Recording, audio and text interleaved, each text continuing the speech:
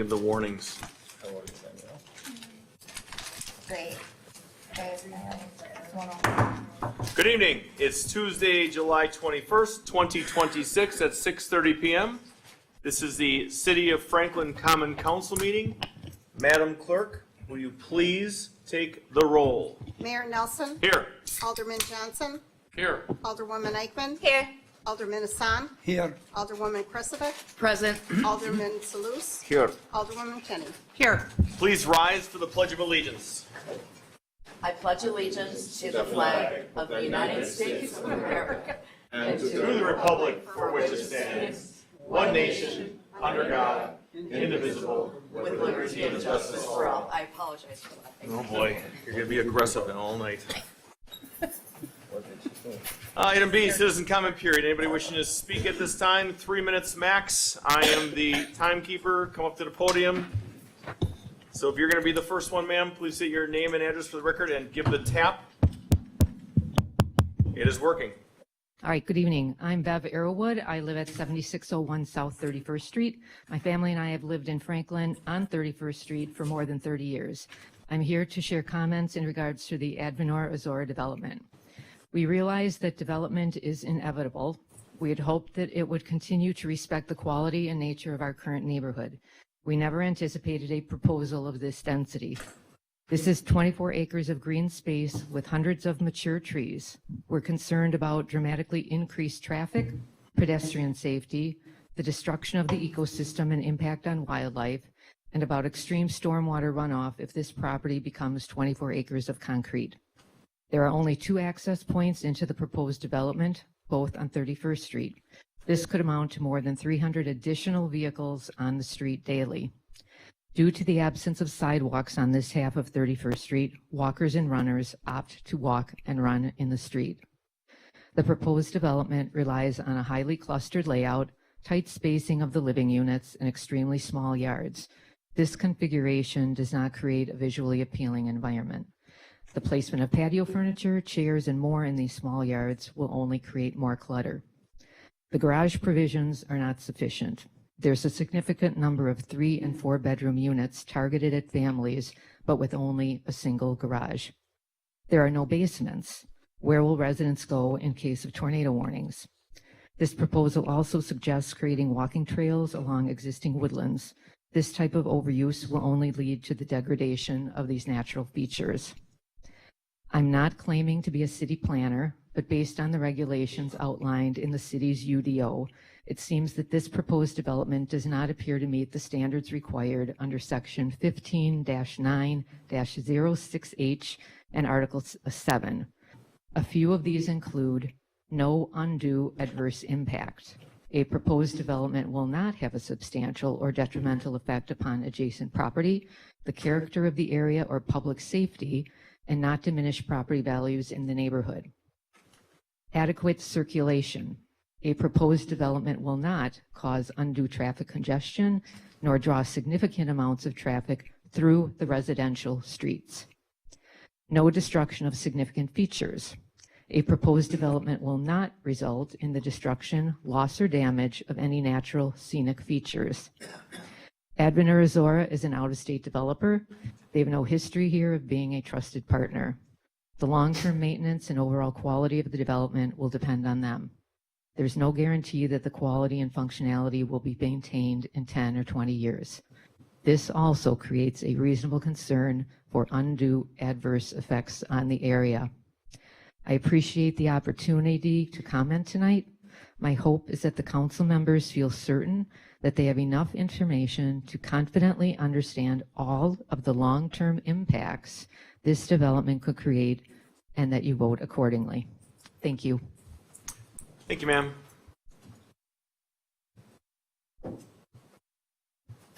Sir?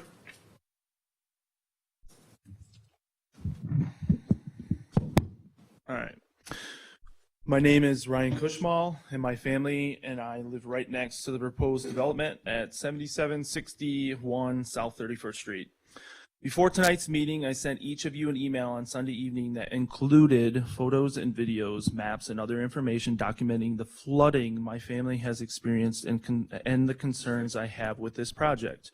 I know the audience hasn't seen those materials, but I wanted to make clear that the concerns I'm sharing tonight are supported by information I've already provided to each of you. I want to be clear about something from the beginning. I'm not here because I'm against development. I understand Franklin is growing. I recognize that something will likely be built on this property someday.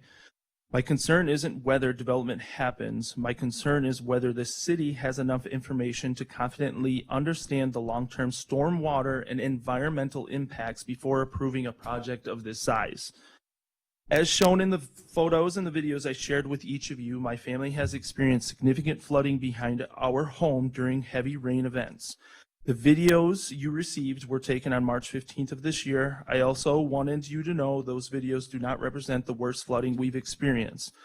During that last year's regional flooding, the water was substantially worse. Unfortunately, I don't have any videos from this event, but it's important to know that what you saw in March was not the worst conditions that I have witnessed. As I reviewed the site plan, several things stood out to me. A large number of mature trees are proposed for removal. Snow storage is planned in an area that already experienced drainage issues. Additional impervious surfaces will be added. Costco has not even been opened yet, so we still don't know how that has completed the development will affect drainage and runoff on parts of the city. I'm not an engineer, and I'm not pretending to be one, but I am a person who lives there. I've watched where the water collects, I've watched where it flows, I've watched how long it takes to drain. I believe those real-world observations deserve to be considered alongside the engineering reports. I'm not asking you to believe me instead of the engineers. I'm simply asking you to make sure both perspectives have been fully considered before making a permanent decision. The question I keep coming back is simple. Has the city gathered enough information to fully understand how all of these changes will work together? Not individually, but together over the next 20 to 30 to 40 years. Once this land is developed, there's no opportunity to put it back the way that it is today. If the project moves forward and the stormwater system performs exactly as is intended, I'll be the first to say the engineers got it right. I sincerely hope that's what happens. My concern is whether we've done enough to make sure we're not overlooking something that can't be undone later. We also know that water already collects at the low point on Drexel Avenue during major rain events. That tells me this area's stormwater system deserves to be fully understood before adding another significant development. 3 minutes, please finish the thought. You don't have to agree with me tonight. I'm simply just asking you absolutely certain enough information, making sure the decision can't be reversed. Okay, before making a permanent decision, please make sure we've asked every question that deserves to be answered. Okay, thank you. Thank you, sir.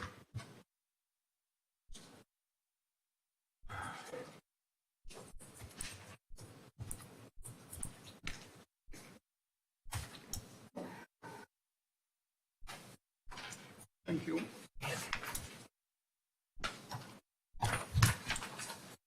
So,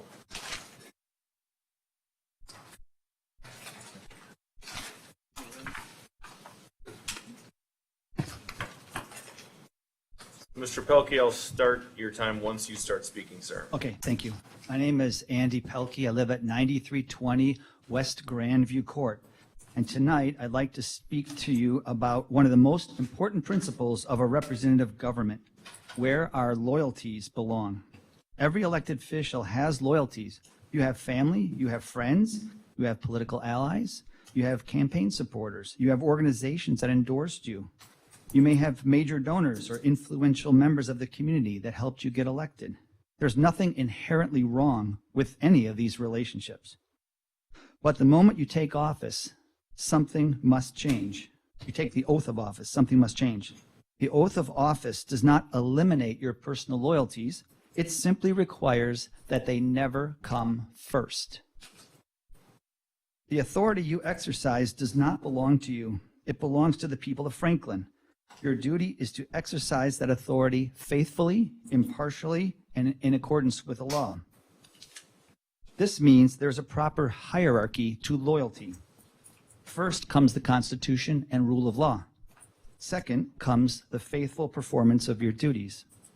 Third comes the people of Franklin, not just those who voted for you, donated to your campaign, or share your political views, but every resident equally. Only after those obligations comes political parties, campaign supporters, major donors, personal friendships, political alliances, and every other relationship that naturally exists in politics. Anyone can follow the law when it benefits them. The real test comes when the law requires something that is politically inconvenient, personally costly, or contrary to the wishes of friends, political allies, major campaign supporters, or influential donors. That is when we discover where an elected official true loyalties lie. That choice determines whether government serves the public or serves itself. Good governance is not measured by how officials act when duty and self-interest are aligned. It measures by how they act when they diverge. Government exists to serve the public, not political interests, not personal loyalties, and not campaign contributors. So I ask each of you to reflect on a simple question. Think about the people who helped you get elected, your campaign supporters, your political allies, your friends, the organizations that endorsed you, and those who contributed to your campaign. Then ask yourself, did any of these relationships influence your judgment while serving the people of Franklin? Not whether they influenced your vote enough to violate some law, and not whether anyone else could prove it, but whether they influenced your judgment at all. If your first loyalty has been to the law, your duties, and the people of Franklin, then you have nothing to fear with this question. If not, now is the time to reconsider what public service truly means. Thank you. Okay, thank you, Mr. Pelkey. Anybody else wishing to speak? Seeing no one, close citizen comment period. Moving forward to approval of the minutes, regular common council meeting of July 7th, 2026. Is there a motion? Move to approve. Second. First and a second by Alderman Kresovich. Any further discussion or comments? Seeing none, all those in favor? Aye. Any opposed? Ayes have it. And you've got going on to the C2. Is that where this is at this here for C2? Yes, there's Go ahead, a- Madam Clerk. There's a revised, at the bottom, you can see the revision, it's crossed out, and then the addition is underlined. Is everybody clear on that? Yeah. All right, is there a motion to approve the minutes I with make the the motion. second. first and second? All those in favor? Aye. Any opposed? Ayes have a motion carries. There- Abstain. Oh, I wasn't there. okay. So we'll go roll call, please. Alderman Johnson. Aye. Alderwoman Eichman. Aye. Alderman Hassan. Aye. Alderwoman Kresevich. Aye. Alderman Salus. Aye. Alderwoman Kenny. Abstain. 5 ayes on those, 1 abstention, motion carries. There's no hearings under D as in David, no organizational business under E as in Edward, no letters and petitions under F as in Frank. Moving forward to G1. In D1, good evening, gentlemen. As you get settled, I'll talk about this for a second. Authorization to bid South 76th Street Water Main Extension Project. Good evening, Mr. Paulus. Good evening, Glenn Beardsley. Who would like to take this? Glenn, could you just check to see if that's on? I can start. We were back a couple meetings ago to request for permission to design. This stretch is going to be part of the county rebuild of 76th Street next year due to the time constraints with getting it done early next year, late this year possibly, and to get ahead of more time for contractors, we'd like permission to bid it. We have come quite a ways on design. We're feeling that like we're in a good spot with that, and the Board of Water Commissioners did recommend this project moving forward. Okay, questions, comments from council? Nothing on this? Okay, Mr. Polis, anything on this? Kind of a big deal. I think Glenn covered it very well. But that's something we need to, times of the essence. As Glenn alluded to, is driving this is a county work in Ryan next summer. So we need to get ahead of that and get the main in prior to that work being done. Okay, D1. Alderman, want to make the motion? I'll make the motion. Well, it's in, I just offer it up because it's in District 1. So there's a staff recommendation or authorize staff to proceed to advertise and bid South 76th Street Water Main Extension Project. I would make that motion. Second. First and a second, all those in favor? Aye. Any opposed? Ayes have it, motion carries. Thank you. G2, D4, authorization to begin design of South 27th Street Water Main Extension Project. Who's taking this, Mr. Beardsley again? Sure. Again, the state's going to be repaving 27th Street, basically from Villa to Elm Road. The latest we know will be in 29, could be 28. But as you look at the map, you'll see I would say what could be a rather productive part of 27th Street economically, lacking water main. It is a big project. It's an expensive project. We get numerous phone calls from developers questioning water. And now is basically the time to move forward with it before the state repaves. Our goal would be get the design done. We can piggyback off the state's design that they've done already and then come back for bids. I will just add that the city is already going to be installing walking accommodations on that side. So again, we don't want to come in after the fact, and I think this would be a good catalyst to spur development along that stretch. And I guess that's when we first started talking, when Costco was coming in and they committed, and we were looking for that spark, the spark from 27th and Drexel south to Ryan. We got the spark, we got the igniter going, and those businesses, we need water and sewer to go all that way, that whole direction. And yeah, that's how we're going to get that developed, and you have to have the sewer and water. Open to the floor, madam. So my first comment is more along the lines of, too bad we don't have a time machine to have done this way back when it looks like it should have been done to connect.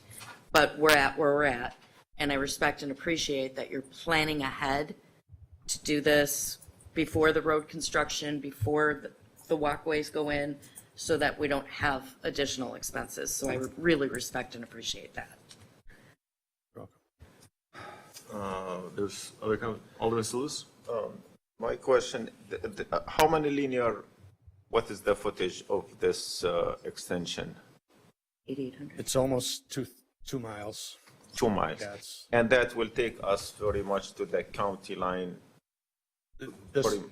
this would be strictly, basically just south of Villa to Ryan Road, Highway 100.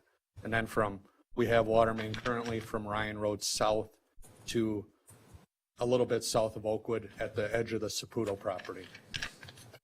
So there is water down past the hospital already. It's there already. So then any property very much should be serviced up to the county line by that time, after we finish this extension.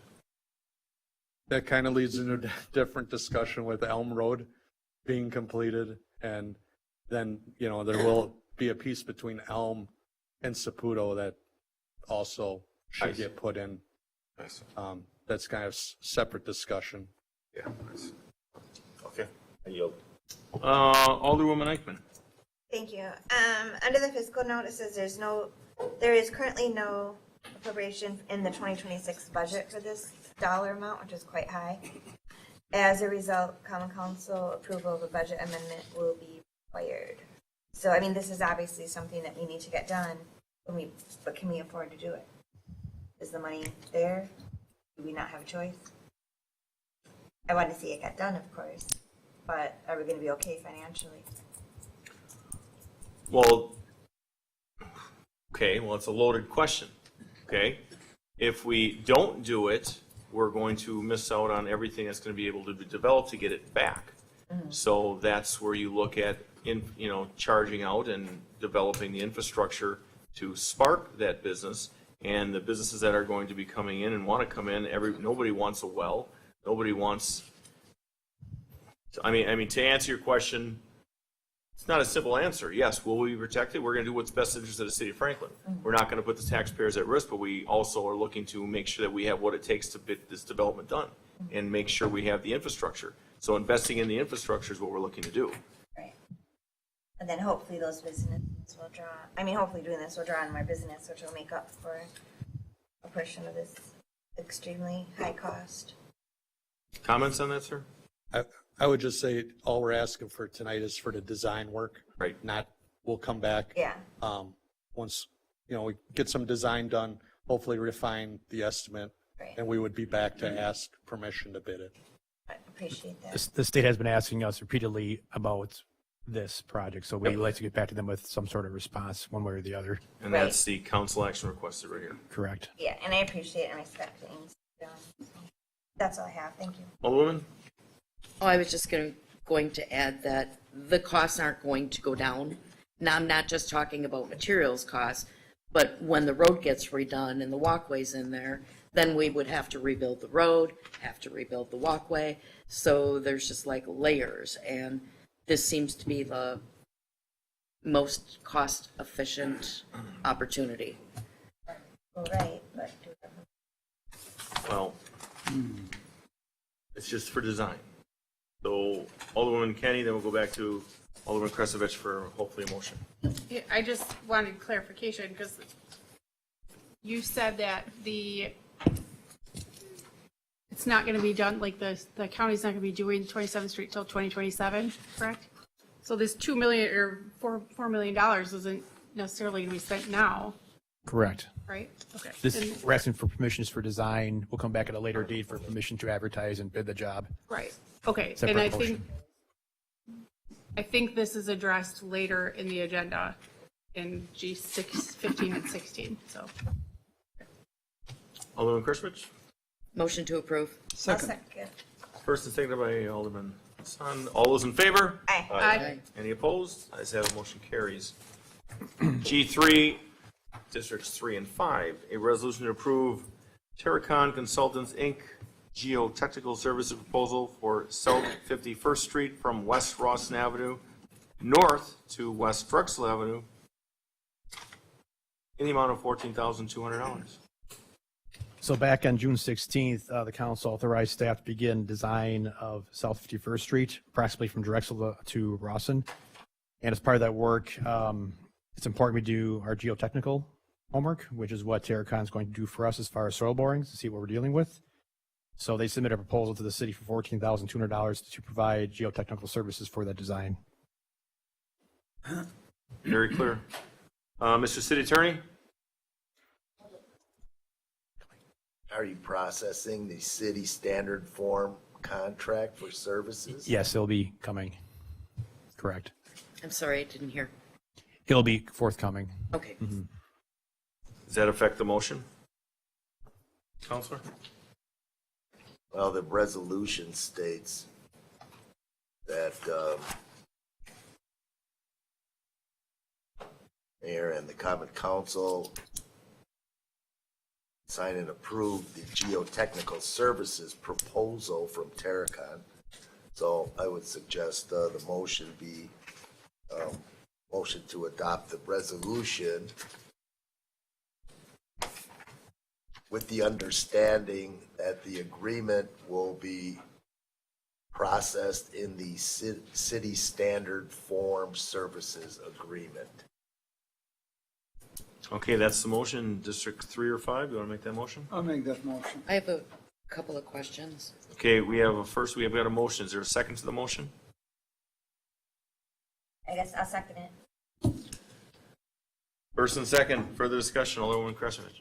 Hi, I'm just wondering, I mean, I know we talked about this at the last meeting, and I'm just wondering, looking at the budget and everything that's going on in the future, is this the worst road, the road that needs the most attention right now? And I know that question was asked of the DPW superintendent last time, and the response was yes, because it would need a left turn lane.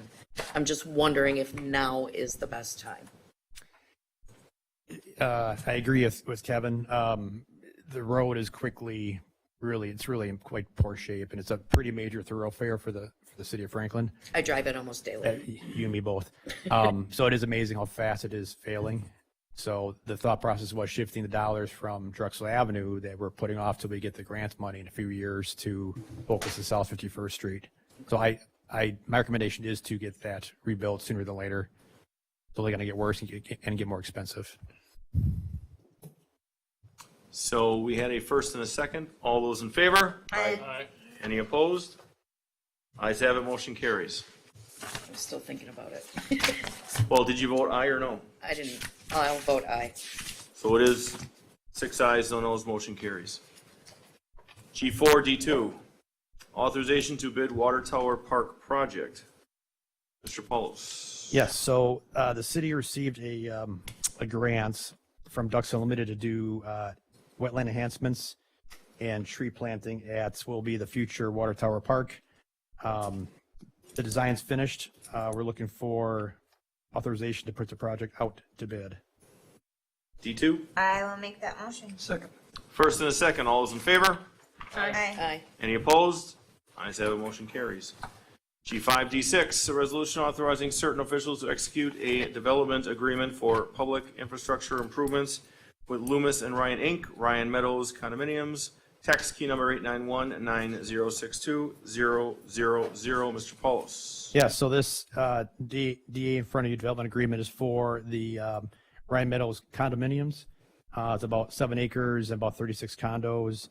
The boilerplate development agreement's been filled out by developer, reviewed by the city, including Appendix D, which has the letter of credits, or in their case, probably a bond in amount of about $1.85 million. Alderman Kenny. I just wanted to make sure I understood correctly in reading through the agreement that the improvements are fully covered by the developer and its financial guarantee, and there's no anticipated general fund expenses for utilities or any Correct. city services. Correct. Okay, thank you. I yield. Okay, further questions, comments? I make the motion. First and a second. All those in favor? Aye. Aye. Any opposed? Ayes have it, motion carries. G6, D1 and 6. Survey results for water service on South 92nd Street and West Ryan Road from Highway 100 to the 9700 block of West Ryan Road. So we are directed by the council to survey the folks along 92nd and Ryan to gauge their interest in water. The results came back actually very positive. We had 10 yeses, 6 nos, and 2 no preference. Again, so another one of these projects, we're trying to get ahead of the county work in Ryan Road by getting the water main in. And then 92nd Street's a local street, but I know Kevin as well like to get that project done because that road also is in very poor shape. So there's again a time factor to this to get the water main in before road improvements. You've heard this song before. So again, the survey results are positive. We're looking for permission to begin the design of the water main for 92nd and Ryan. Alderwoman Eichman and Alderwoman Kenny. Well, the results can look positive. The 10 possibly yes, 6 don't want, 2 don't care. Several had questions, and I'm hoping that the alder of the district or somebody got back to these questions that they had in this survey. But on top of this all, we've got 13 that didn't respond either way. So that's not that positive in my opinion. Of 13 that didn't say they're in favor, didn't say they're against, or didn't say they had no preference. So 13, that's quite a large number for these. Again, when I had this in my district, I literally went door to door to make sure these people received these letters, the ones that didn't respond. So 13 not responding at all is a little bit alarming to me. I just wanted to know. Thank you. I agree. Alderwoman Kenny. That was my question too, is that like, I counted more than 13, but is that typical to not receive more than like a 50-50 Yes. response rate? Yes. Okay. And did anybody get back to these people with their questions? None of those were in my district, so I haven't touched with those people. Any received by the engineer department, we did call to reach out to every single one of them. Okay. Thank you. Alderman Salus. Just like we also need to factor in parcels of land, that I'm aware of a parcel of land on that intersection where the owners is anxious to have it developed, and they might have one vote, but their parcel of land could be home for 30, 40, 50 families as well. So we have to keep in mind the potential development in that area. So I fully understand the feedback from existing residents, but we have to look also vision for the future as well. So I'm very much in support. Thanks. I yield. Alderman Eichmann. So then this, I understand, I see the note on here loud and clear that the timing of this project can't be delayed. So that's important for everyone to know, to see that. But it'll come back then as far as special assessments and so forth, is that correct? Yes. Okay, thank you. Alderman Kresovich. I'm not certain that this is the right time to bring it up, and if it isn't, just defer it. But are there other options besides special assessments? I guess, how do we pay for this? Why, that's what I'm thinking, because especially with the budget coming up. And that's more a rhetorical statement than it is a question. I yield. Okay. Madam Director of Administration, you want to comment on that? Yes, I was just going to point out in the fiscal note that it would be a general obligation bond that we would end up getting for it. And as a reminder, we are set or supposed to go out for additional bond. And I would assume that this would be tied into that overall dollar amount. I'll make the motion. I'll second. First and seconded by Alderman D1. All those in favor? Aye. Any opposed? Ayes have it. Motion carries. Thank you. G7 in District 3. Ordinance to amend the Unified Development Ordinance zoning map to rezone property located at 2821 West College Avenue, tax key number 714-9973001 to B-MU, South 27th Street Mixed Use District. Justin Barnes, Club Car Wash Operating LLC applicant, College Avenue Associates LLC property owner. Good evening, sir. Hi there. If you would just put your name and business address for the record, please. My name is Michael Leidig. I work at 1250 Centennial Center Boulevard, Hobart, Wisconsin 54155. Good evening and welcome. Thank you. Mr. Fuchs, what do we got here? Yes, just to note, G7, G8 are both related to the proposed Club Car Wash development. G7, this is the rezoning of the property at 2821 West College Avenue to B-MU district. This rezoning would be consistent with the other 4 properties that are part of the development. So it would allow the development and the next item as far as the land combination. Plan Commission did recommend approval, and staff is recommending approval as well. So just to catch you on the last 2, Plan Commission approved it and staff recommends approval. Correct. Okay. Lots of questions. Alderman Salus? I'm just making a motion to approve. Okay, we got a first. Is there a second on this? I second. First and a second. Further discussion, Alderwoman? Hi, I'm glad to see that Kentucky Fried Chicken is finally being Great. retired or renovated. Retired. That we're moving forward.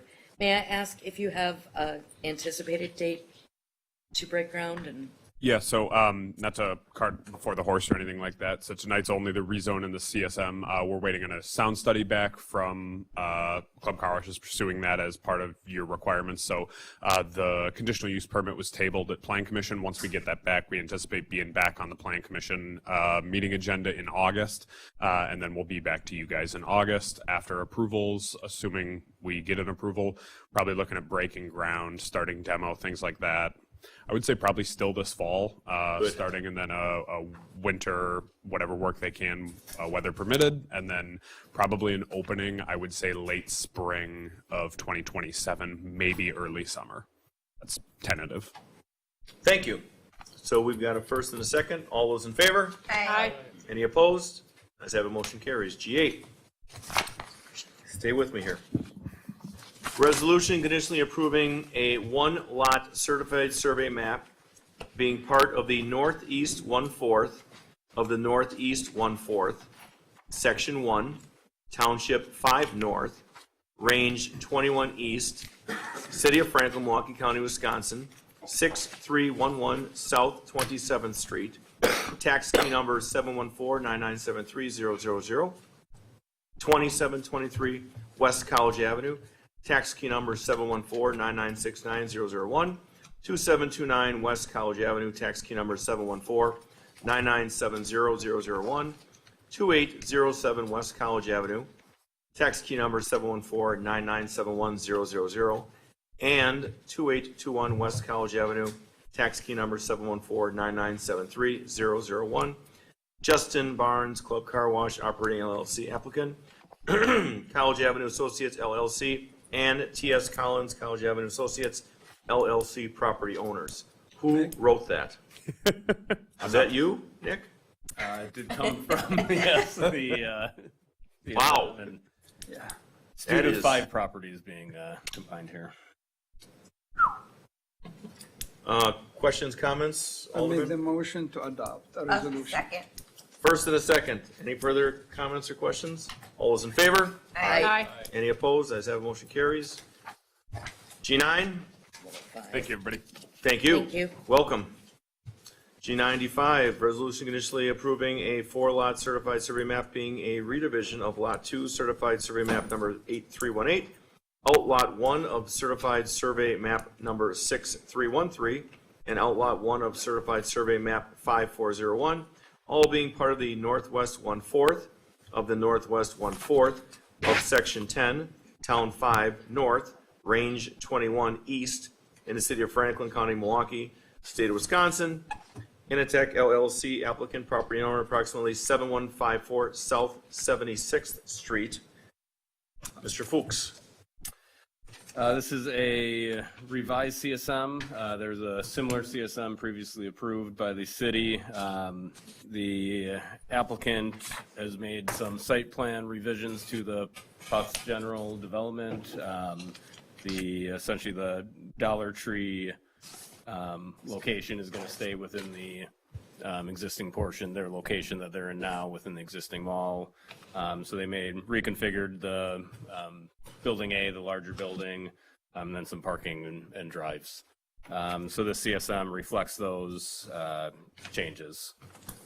The Plan Commission recommended approval, and staff is also recommending. Alderwoman. Motion to approve? Second. First and a second, all those in favor? Aye. Any opposed? Ayes have it, motion carries. D10, Alderman D1. Resolution conditionally approving a 1-lot certified survey map being all of parcel 3 in certified survey map number 7099 and additional lands located in the Northeast 1/4, Southwest 1/4, and Southeast 1/4 of the Northwest 1/4 of Section 20, Township 5 North, Range 21 East, City of Franklin, Milwaukee County, Wisconsin 8910 South 102nd Street, tax key number 846-9987-003, and 10525 West Loomis Road, tax key number 846-9998-001, Islamic Foundation of Greater Milwaukee, Inc., property owner. Mr. Fuchs, you've got the floor. Just to note again, this item and G11 are related to the same project. This certified survey map will combine the property that the Salem Private High School building is on with the property to the south, the Loomis Road property. So we'll combine it into a single parcel. It's my understanding the applicant is adding on to the back of the high school building. That addition is getting pretty close to the property line. They may look to expand that or just want more additional space. So they did purchase this property and now are looking to combine it. And again, Plan Commission and staff approval. Correct. All right, Alderwoman? Hi, just for clarification, please, are they already ready to build? I mean, they have plans to move forward and Those plans have been approved and everything? For the Or is this high still in the school building, preliminary? they have approvals to add on to that building. And do they have plans yet? They do not have plans for the property on the south. So Okay. there's no plans for development on the Loomis Road property. Okay, so are we maybe pushing this through a No. little bit ahead? Not at all. Well, they did purchase the property. They do plan to use it in the future as part of the school development. So they will need to do this and have it rezoned, which is the next item to expand the plan development district. I can touch a little bit more on that. Please. So Alderwoman, so the work has already started on the renovation of the old movie theater. Beautiful. So that's that. The property that was purchased to the south, from what I understand, was also to be athletic fields and other things that are going to be attached to that school. So it's becoming one property opposed to having the different addresses when you have one property. So that's for right now. And my question is assuming if they're gonna open up, you're gonna want those athletic fields as soon as possible. Are those plans forthcoming very soon? They did not indicate a time frame. I'll make the motion to adopt. There you go. Second. First and second, all those in favor? Aye. One no, because I don't have plans. Roll call, please. Alderwoman Kenny? Aye. Alderman Salus? Aye. Alderwoman Cressebeck? No. Alderman Hassan? Aye. Alderwoman Eichman? Aye. Alderman Johnson? Aye. 5 ayes, 1 no, no abstentions, motion passes. G11, ordinance to amend section 15-3.0434 of the Unified Development Ordinance, Planned Development District Number 29, to modify district boundaries and rezone property located at 10525 West Loomis Road to PDL Number 29, Area A, and Floodplain Overlay District, and to amend allowed uses within the district, Islamic Foundation of Greater Milwaukee, applicant property owner approximately 8800 and 8910 South 102nd Street. Mr. Fuchs. So again, this ordinance will rezone and incorporate the Loomis Road property into PDD number 29. The applicant is also looking for approval to allow institutional district uses. So the permitted and conditional uses of the institutional district would now be allowed in PDD as well. I'll make the motion to adopt. I second. First and a second, roll call, please. Alderman Johnson? Aye. Alderwoman Eichman? Aye. Alderman Hassan? Aye. Alderwoman Cressebeck? Since it's already combined, aye. Alderman Salus? Aye. Alderwoman Kenny? Aye. 6 ayes, no noes, motion carries. G12, D3, a resolution conditionally approving a land combination for 7705 South 31st Street, tax key number 786-9988000, 7631 South 31st Street, tax key number 786-9987000, and 7721 South 31st Street, tax key number 786-992-000. Advenir Azora Development applicant, Mario and Germano Norente, owner 7705 South 31st Street, DC Management owner 7631 South 31st Street, Estate of Gerald F. Zwaricki, owner 7721 South 31st Street. Marion X, good evening, welcome, counselor. Good For evening. the record, just your name and business address. Thank you, Mayor, members of the Common Council, Attorney Brian Randall of Amundsen Davis, 111 East Kilbourne Avenue in Milwaukee. Ms. X, you have the floor. Thank you, Mayor. And if you'll indulge me, I'd like to cover the content of the item before you this evening, which is the land combination, and the two related items after this with my slideshow, which I will endeavor to be very concise with. But it is all relevant to itself, so I think it'll be constructive to present it together. The applicant also has a presentation with some more details if you want to view that. So the properties in question are 7705, 7631, and 7721 South 31st Street. They are located immediately adjacent to the Northwestern Mutual property in what is essentially the northeast quadrant of this city. So this is 31st Street. Drexel Avenue is just below where this is. So to briefly canvass the proposal, And the applicants have already received conditional approval of a site plan from Plan Commission for this application.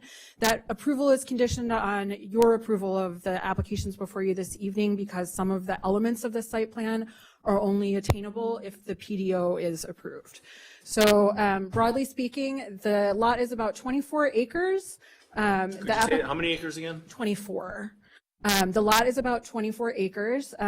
It has a primary frontage along South 31st Street and proposes a network of internal roads, which will be private roads, and a number of, this is being evaluated as a multifamily development, but the design proposal, and part of the reason they need the PDO is because most of these units visually look like either single-family homes or duplex or townhome units. So you have a number, this is a clubhouse. There are townhomes along South 31st Street, and they have some architectural differences, which is why they're called out in this drawing. Single-family units with garages between them that share a wall. There are some units that share a wall and do not have garages, so there's a mixture of garages and on-street parking as part of this. There's also community facilities, including a trash compactor, and a community space with outdoor spaces, and the mailboxes are here. So again, the site plan was conditionally approved by Plan Commission. I want to note a couple of other important features. This is a stormwater detention pond. The application includes the physical location of the features like the stormwater detention. However, the engineering requirements of that are subject to the engineering department's review. I know there's some concerns about the movement of water on this property. I will note, so there are natural resource features, including floodplain on the lot and secondary environmental corridor.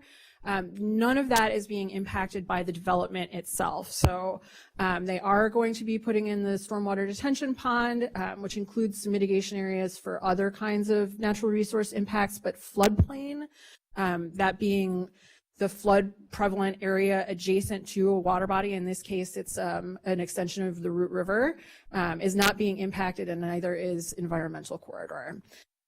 So just a quick look at the proposed architecture. Again, part of the reason the PDO is necessary is because this architecture standard with vinyl siding, some limited use of masonry in some places, et cetera, is more similar to what we would allow for single-family homes and does not comply with the multifamily home architectural standards. So during the site plan review, there was a recommendation in the condition, or the PDO draft was amended to have lap siding instead of vinyl siding.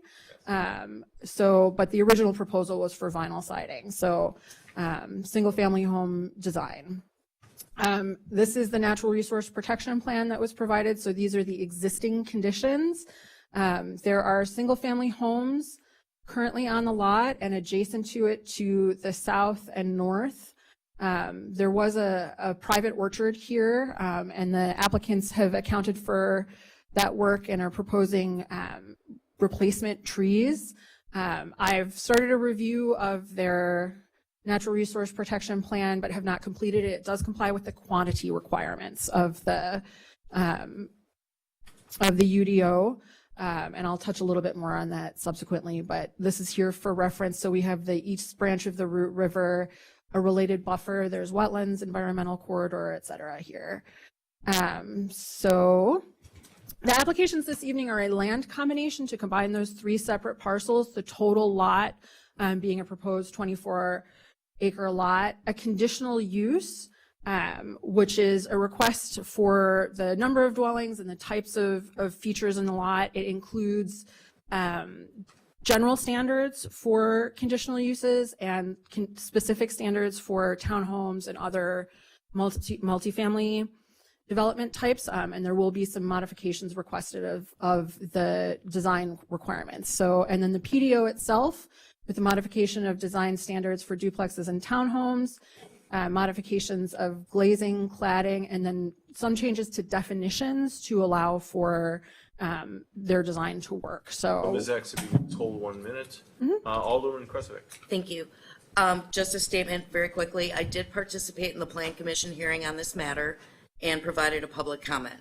I am approaching tonight's decision with an open mind and will base my vote solely on the full record presented to the council, including all presentation statements and materials, exhibits, and staff analysis. But may I ask that we please, Mayor, go out of order and take 13 before 12? How will that affect this? 12 is the land consolidation, 13 is. the applications, so in terms of the decisions, if the land combination is not approved, the parcel that this is for doesn't exist yet. So, So 12 and 13 should go in that order, 12 and 13. yeah, these items are presented in order of approval broadly related to how they fit together in terms of how the resolutions must be recorded, and how the land documents must be recorded. Okay. So, Alderman Kenny. But it's conditional, 12 is conditional, so if 13 doesn't pass, then 12 doesn't happen. exactly. Okay, thank you. Alderman? Just I want to let you know, last weekend I visited your project in Carmel, Indiana. It's a beautiful city though, and I visited your place. So in fact, they used the upgraded siding in there. In fact, they used some brick veneer to the certain buildings. So I think, Franklin deserved to be treated as good as, Carmel, Indiana. The only other comment I would like to bring to your attention, the gentleman who is one neighboring the property there complained of flooding issues. I want to make sure that the site plan, the drainage, the design, that will have zero negative impact on the neighbors. So, everything should be fully contained within our site. Is this the understanding that you guys have approaching that issue? Yes, that is our understanding. The engineering plans have been through, I think, at least 2 reviews, and the 3rd review is ongoing. But the plan is to contain the stormwater on our site in that almost 2-acre stormwater detention pond that Marion showed, and then that would have a controlled release over time after a storm event, whereas right now it's just uncontrolled runoff from our site. And of course, there is a floodplain on our site and probably the neighbors' sites as well. So we heard about the flooding concerns and the concern about runoff of stormwater. But to answer the question, we'll control the runoff because we have the detention pond on the west side of our site. Okay, thank you. Marion, you've got the floor. Continue, please. Thank you. So again, these are the applications before you. The 3 parcels, the conditional use, and to be specific about what is being proposed here, the proposed density is 166 units with a gross density of 7 units per acre. The allowable density for this site is about 9.7 units per acre. I want to make a distinction between density, the number of dwelling units allowed, and sort of site intensity, how things are grouped on the site, as that's a comment that I've heard a number of times. And because this is single family, it has a sort of a larger footprint than it would if it was a multifamily development with multi-stories, but they comply with the ordinance in terms of how that shakes out with their site plan. So they do meet the general standards for conditional uses. So there was a question about that previously, and it is the staff's evaluation that those requirements are met. One of the issues being traffic, which is always a concern on this road. 31st Street is a public road. There is a TIA that has been conducted for this development, a traffic impact analysis, and it had no recommendations for the public right-of-way, although our own engineering department did have feedback about additional turning lanes. They did recommend that the applicant include stop signs on their in and out. And then in terms of the use-specific standards, that is part of the PDO request because there are multifamily use-specific standards for townhomes and duplexes, which have design components that are the proposal does not meet. And so the PDO would craft an allowance for that. So Okay, so we are recommending approval of the conditional use, and again, Plan Commission also recommended approval of this. So the plan development overlay, these are the requests and the modifications. So this is the table of what exactly is being requested. So to touch on the glazing and cladding, these are the current standards for glazing. 50% of the front or street-facing facade in this zoning district should be glass, which is doesn't comport with the design that they're proposing. There's a requirement for masonry, lap siding, metal siding, et cetera, and vinyl siding is not allowed. Their design components scan visually as single family, and so we think the request is reasonable. And so the duplex design standards have some changes to what's proposed in terms of, some of this has to do with how the UDO words things. So this is why there's definition changes as well. But because they have those interior private roads, it is not practical to place the primary entrance towards the front lot line, et cetera. So we're recommending a number of changes, which are in your packet, and we can go into greater detail about this if you have specific questions. But that brings us to the definitions in the PDO, changing the definition of front from having a relationship to the front lot line instead to have a relationship to where the front of the house is, the location of the rear, street and interior side, all to allow for their design proposal. So we did have a number of comments at Plan Commission about the two public hearing items. So there were public hearings for the conditional use and for the PDO. Those comments focused on traffic on South 31st Street, pedestrian safety on South 31st Street, and we heard a similar comment this evening about people walking in the street. The development does not include a public sidewalk. There is a path in front of the houses that is on their property. And then questions about natural resources. So floodplain and the movement of water. Again, I briefly touched on the stormwater management plan, as did the applicant. Woodland. So the woodland areas on the lot that meet the development ordinance's definition of woodlands. There are impacts to that, but they are not extensive. There are individual trees that are being removed. All of this has proposed compensation that broadly meets the requirements of the ordinance. And then Mr. Kusmail emailed me as well as the body with a number of facts that he's experienced on his own property. I have those videos at Alderwoman Kenny's request available if we want to review them. So the applicant has his own presentation if you want to indulge him. Is this the same one we saw planned? No, it's shorter, and in fact, she covered some of it, so I will endeavor to be concise as well. Thank you. And recognizing that Alder Johnson is new to the council, as well as Alder Kenny and Kresovic, so, and you were a plan commission, but we would like to present a quick set of slides. Half of them are my headlines, though, so I'll go quickly. Because I anticipate quite a few questions from... And in that regard, our full team is here, so if there are a lot of questions and ones that I cannot answer, we will be happy to answer them. Thank you, Council. So this is our mission statement, the cover slide. Here are my headlines tonight, and I'll go through each of them as we get to them. So I'm not going to belabor slide number one. This one is a very brief duplicate of something Marion showed, where our location is on South 31st Street, just north of Drexel Ave, in the soon-to-be shadows of the Costco development and the existing Northwestern Mutual office building. This site was very attractive to us because of its proximity to 27th Street, to the freeway, and everything else that's great in Franklin. Next highlight and headline, positive fiscal impact with no TIF. Right now, we use the city's own records to check, and the three parcels are paying $14,745 in taxes. With our $51 million development, we are estimating, based on the city's current mill rate, and looking forward several years, we'll pay $717,000.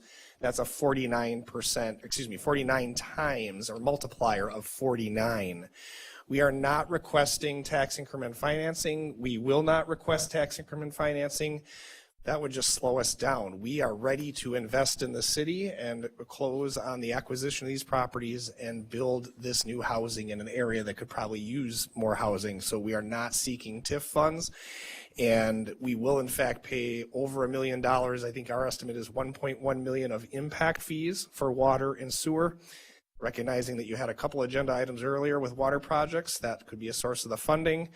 And your next agenda item on GE15 is a forecast for the budget coming up. We will be all new revenue to the city's tax base.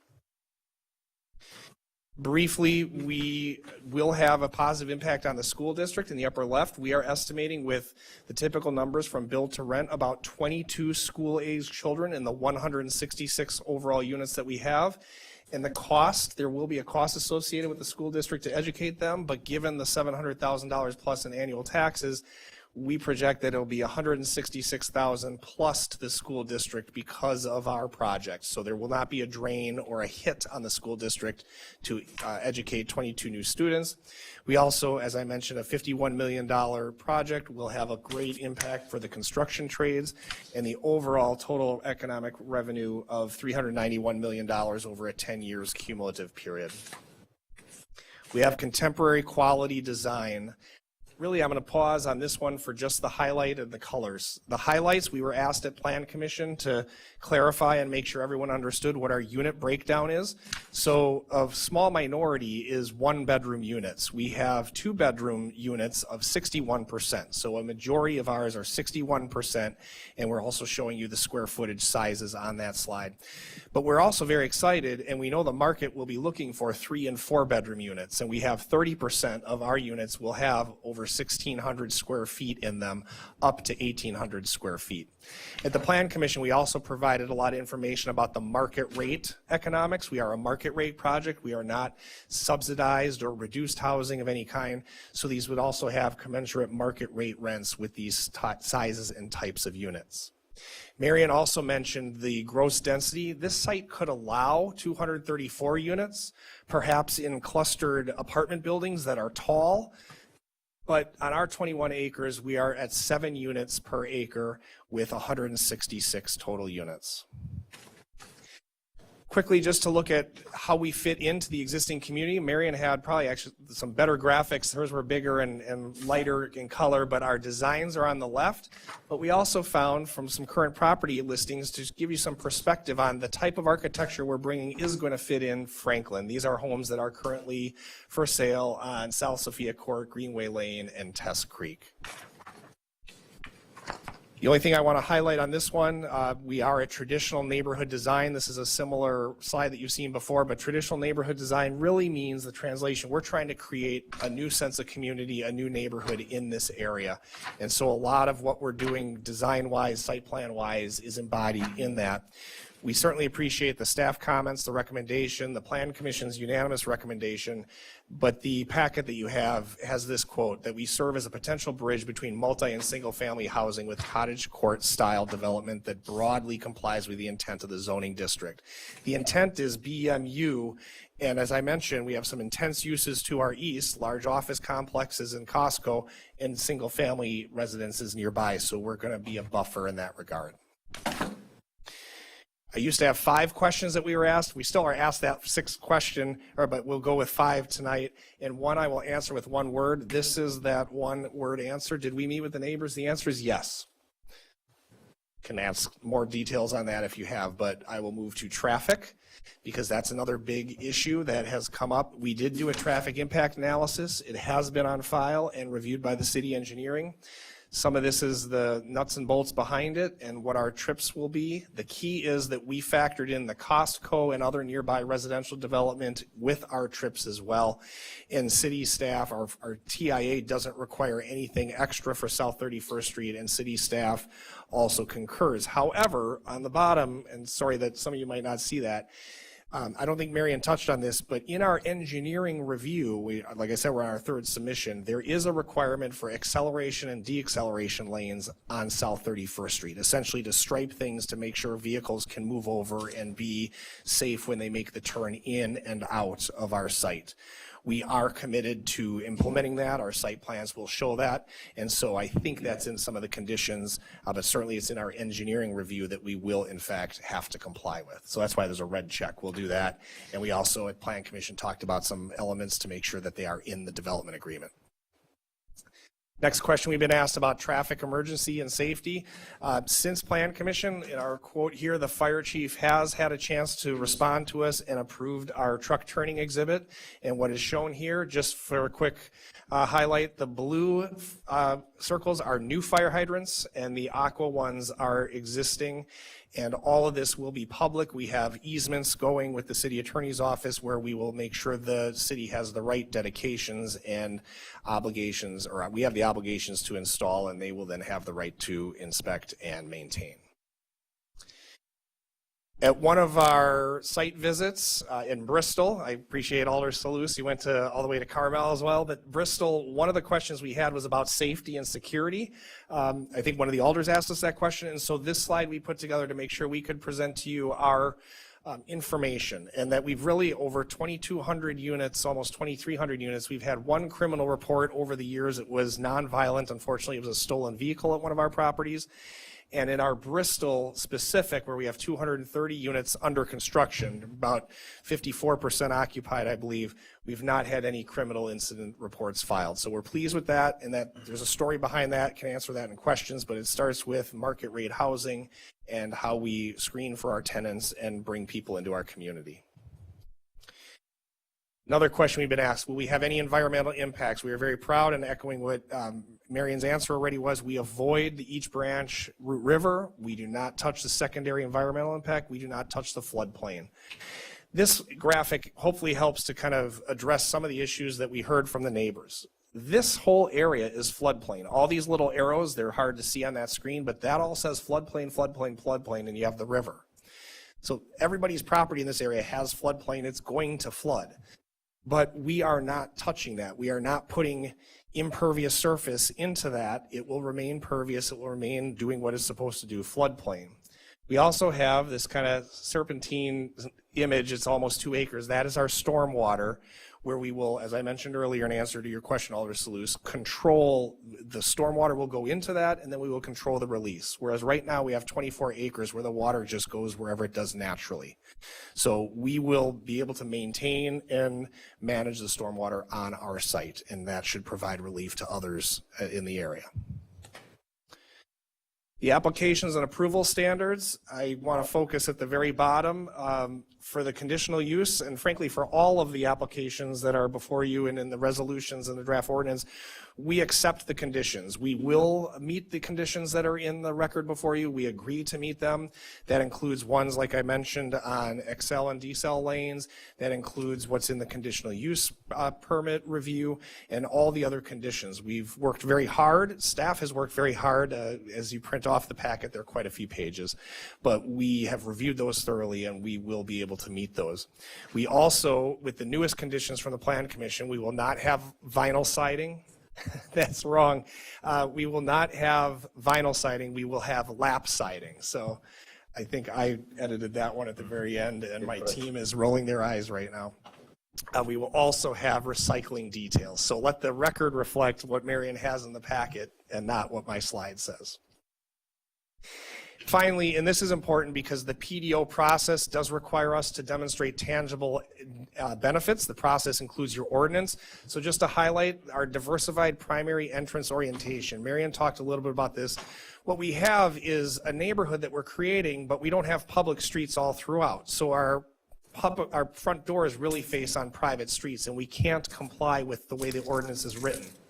So our design is intended, the benefit is to activate the communal spaces, create pedestrian connectivity, and certainly along the public street frontage on 31st Street, make sure we have an attractive building facade along that public streetscape. So those units will have front doors that face South 31st Street, but as you saw in the site plan, we have a whole new interconnected private street network where the fronts will be facing each other. Third, internal cross-access planning. We do provide for the future connections points to the north and south. We recognize the neighbors. They own their properties right now. They are not developing them, and so they don't want us to show roads going through or future connections, but our site plan does accommodate for that, and so that's a tangible benefit for the proposal that's before you. And finally, blending of building facades, plus the right-of-way 50% masonry component, that 31st Street that I mentioned, plus the Plan Commission condition that we will not have vinyl, we will have lap siding, is also part of the overall tangible benefits. That's all I wanted to cover, Mayor. I know you and the city attorney were watching like a hawk when I overpromised and underdelivered on my time last time, so. There was no judging, I Counselor. tried to keep it short and sweet, but we are totally ready to answer any and all of your questions, and I may have Joanne Rubio or others come up if needed. Well, there will be a plethora. Yes. And we'll start with Alderwoman Kenny. Okay, thank you. I appreciate you guys taking the time to meet with me when I came down and answering a lot of my questions while I was there. And I feel like as developers, you guys have been really responsive to the community's needs and our questions.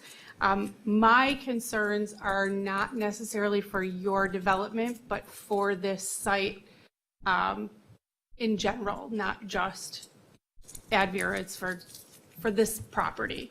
And can you pull up the tree map? So I appreciate that you're not touching the wetlands and you're going to stay away from the floodplain, but what happens to all the water when all of those trees become pavement and concrete slabs is, I think, the concern.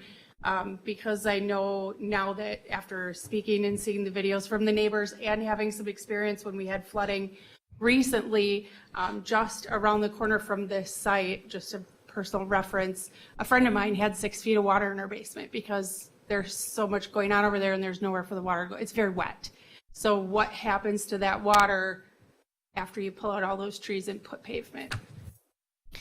So the first point to make on the trees, this is, as Marion said, an old orchard, and so some of the trees that are shown, it looks like a lot of dots. Some are diseased and they're small, so they're not giant oaks or things like that. And to the extent that we do have to take out the trees, we are replacing with the correct number and making sure our landscaping plan fits. But to your point and question about where does the stormwater runoff go, so on our site, as we first grade it properly so that it contains on our site, and then implement and install our stormwater system, we will have curb and gutter, and we will have catch basins throughout our site that will catch our rainwater wherever it falls on our site, except for, of course, on the natural areas, and it will funnel it and direct it to the newly installed stormwater detention pond. So that's not shown on this particular site, but that's starts with the grading plan so that the stormwater detention pond is at an appropriate elevation, a low area, and then the piping will bring the stormwater so that it doesn't run off to the north and to the south into 31st Street, but it will go to the stormwater detention facility, where at a 2-acre size, and maybe Aaron Cook from Pinnacle could talk about the gallon capacity, but it will contain the appropriate number of years flood and stormwater event.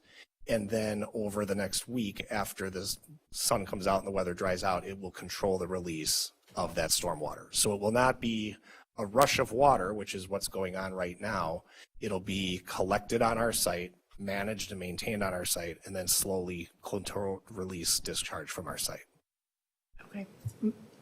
And that's all being reviewed and confirmed by the city engineers. And we can't get a building permit until we meet with those best practices approvals and all the industry standards by the city. That was going to be my question, because on page 304 of this packet, it says staff recommends the natural resource impact approvals be incorporated into the plan development overlay. Can you talk about that, Marion? So in the plan development overlay, they are proposing impacts to natural resources, and they are proposing compensation for those impacts. So the proposed compensation is part of the landscape plan that is here. There is an impact to a non-federal wetland that is also on the site. Brian's head's in my way, but it's right here. And so part of their landscape design includes compensatory planting for all of this that complies with the UDO. However, because all of this development proposal is before you, you can either do that through the site plan process, and at that point I had not reviewed all of the compensation and could not make a recommendation on it, so my request is that it be incorporated into the PDO approval, which is before you this evening and is another way to approve that. So it does comply with the ordinance. There are requirements for woodland and tree compensations, and then they have what appears to be appropriate plantings. The quantity complies. So I can recommend approval this evening. What does that mean, compensation, but what does that look like? I mean, if they're mature trees, you can't replace with mature trees. So how does that work? That is correct. So Article 7 of our development ordinance regulates what can be impacted, to what extent, and what compensation is required. So there are ratios for each type of natural resource impact. In the case of woodland and tree impacts, it's an individual tree, a whip, a small tree planted in lieu of that tree. They're also conserving some of the existing trees on the site, so not all of them will be removed. Some of them are part of their proposed landscaping, and they're not required to compensate for a tree they're not removing, but it is in the plan. And then the other plantings, most of them are incorporated into their stormwater management design, but it's replacing the planting community, or trying to mimic the planting community that is being impacted through the removal of the non-federal wetland. So there'll be native plants, upland species around their stormwater pond. It'll be basically a prairie and wetland environment instead of just turf grass, which is common in our subdivisions here and doesn't offer any ecological benefit. I was going to ask, is that something similar to, we had the natural resources person come a couple meetings ago and talk about like the controlled release versus, is that what this is? Yeah, yes, to an extent. I'm sorry, I thought I had a better slide about this, but I'm getting mixed up. So, yeah, so around here, they're proposing,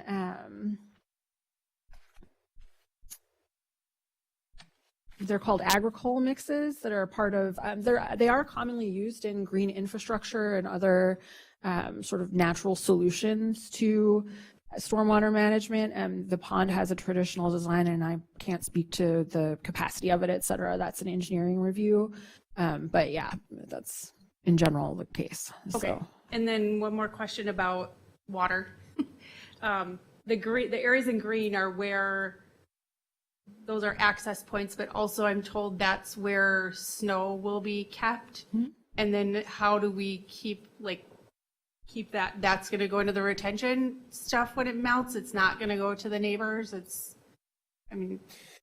So yes, the green rectangles are snow storage locations. And of course, to look at this plan in scale, our buildings are still 25 feet, 30 feet off of the property line. So even where we have snow storage, there is a good amount of our land where, as the snow melts, it'll melt and run to our land before it even gets to other property. Plus the overall grading plan that we will have will not create a steep slope discharging water to an adjacent property. That's actually illegal under Wisconsin law. We can't direct our stormwater to an adjacent property. So our grading plan will address that, but those green rectangles are all certainly within, they're outside of even a setback area throughout our site. So there are buildings or there are fences that are closer than some of those. Okay. And then one of my other questions is about the green box down here on that would be is that the south end? Does that, and you kind of alluded to that, will that ever be connected to the 7783 property where there's like an access off of 31st Street? This application doesn't propose that. The ordinance requires what's called cross-access between adjoining parcels in this zoning district. All along 27th Street, we require that regardless of the development type. There are no development proposals for the lot to the north. This is the proposed cross-access location. And actually their site plan has a retaining wall here because of the grade. This cross-access point goes to a lot that is currently vacant. Its address is actually on Drexel Avenue. It goes way south down to Drexel Avenue, but it does not have what is called dryland access. Yeah. So it actually cannot be accessed from Drexel Avenue without impacting the floodplain. It's on the market, but it's connected to 31st Street by a separate parcel here just south of these residential homes. So I don't know what the development potential of those are, but that cross-access requirement creates an opportunity for any future development to connect and is a requirement of the ordinance. Okay. So the key is that those are dotted lines. They're future access points, but we're not installing them now because they'd be a road or an access point to nowhere. But that's where our site plan could accommodate them, and that's what the Plan Commission approved. So that's where they could be. Sure, and I think the concern is there's like two houses right there and they'd be boxed in by streets and kind of, yeah. So I'm understanding, one of my concerns, and I think you answered it, was that this is going to cause more runoff and going into the neighbors' houses and on Drexel, which we're having issues with the road because of the water. And I don't know if the city engineer has taken a look at all of this or can comment on how this won't impact Drexel, or if you guys have, the planning department has any, I don't know, assurances about that. So yeah, I was gonna say, Marion, are you comfortable with answering that? If not, I mean, I'm not really positive what you're looking at. I mean, I agree with you, but we want to look for what are the safeguards, if we could kind of narrow it up. What are the safeguards that we have? What are the safeguards that protect the neighbors from this becoming worse than it already is? And will it have a negative impact, I guess, on the whole Drexel Avenue, even though it's going to be eventually redone once Costco is done, but right now? I can't comment on the development itself, but I will note that a portion of Drexel Avenue is actually within the federally regulated floodplain. And so portions of it flooding would be a result of it potentially being part of the Root River. It is, in terms of the engineering and how that would affect this area, that is a comment for engineering. That's all for now. Thank you. Other comments? I'll speak last. So, Alderwoman? Pardon. I guess my question is first to the gentleman. I believe there's a clubhouse on the property. Is that correct? Would that be available for public rental? Or is that just within the neighborhood? Is that sort of a like? It's really for the residents of the Leo community. It's a nice clubhouse and it's sizable, but it's not big. It's not like a community room. Okay, For example, when we did our neighborhood meeting, we used the law enforcement center, which had a really nice large room, and I don't think that'd be a good fit for the future spot. So now my question, I guess, is more directed at Ms. X. If you could please explain to me, because I don't have a background in development or planning, how is this business mixed use? The zoning district allows for mixed use development. So the proposal before you is a multifamily development, which is allowed in that zoning ordinance. The region that it's in has a land use of mixed use. So the idea is to have sometimes on separate parcels and sometimes on the same parcel, different kinds of uses in the district. So if you look at the map of South 27th Street, it has that BMU zoning district all up and down. And you could have a single family, we do have single family homes next to a restaurant. That exists. That it currently exists. Or could exist in the future. So if a developer wanted to, for example, this Common Council recently approved a development that included housing and office space. And so that was on one lot, but it doesn't necessarily have to be that the use of the individual lot is mixed in and of itself. Okay, because when I was researching it, it looked like each development should have a combination. So you're telling me that's not true? Correct. Thank you. Alderwoman Eichmann. As far as the parking, for the units that don't have garages, I know street parking was mentioned. Yes. And that's city street parking? No, it's Okay. street parking in our private street I- network. Just And- on clarification. of Yes, no, private street parking, so we will not have parking on 31st Street Thank for you. the residents. Anyone else before Alderman? I'll Your make district? I'll make the motion to adopt resolution. I'll second. So we got a first and a second. I'll speak under further discussion. Marion, you see the floor? Which resolution? There are 3 items before you this evening. So the first is the land combination. Then there is the conditional use and then the PDO, and you should take them separately if, Yes, and I'll have you state them okay. individually. However, I have the floor now. Mhm. So Counselor, we have a motion and we've got a second. Of what? G12 item. Yeah, on G12. G12. Do you want me to read it? A motion to adopt resolution conditionally approving a land combination for 7705 South 31st Street, tax key number 78699880000, 7631 South 31st Street, tax key number 78699870000, and 7721 South 31st Street, tax key number 78699920000. Edwin Azora Development applicant, Mateo and Germano Narante, owner of 7705, BC Management, owner of 7631, and the estate of Gerald Zawadski, 7721 owner. I'm sorry. So, For G12. yeah, so this is the G12 motion. Counselor, can you hit this button? I understand it's for G12, land combination. However, we heard the mix of these 3 items on the agenda, all for this project. So I thought I was going to state it before the conditional use, but since they're somewhat working together, I thought I'd remind the Common Council that pursuant to Wisconsin statute 6223 sub DE 2A, if an applicant for a conditional use permit meets or agrees to meet all of the requirements and conditions specified in the city ordinance or those imposed by the city zoning board, the city shall grant the conditional use permit. And any condition imposed must be related to the purpose of the ordinance and be based on substantial evidence. Just a reminder.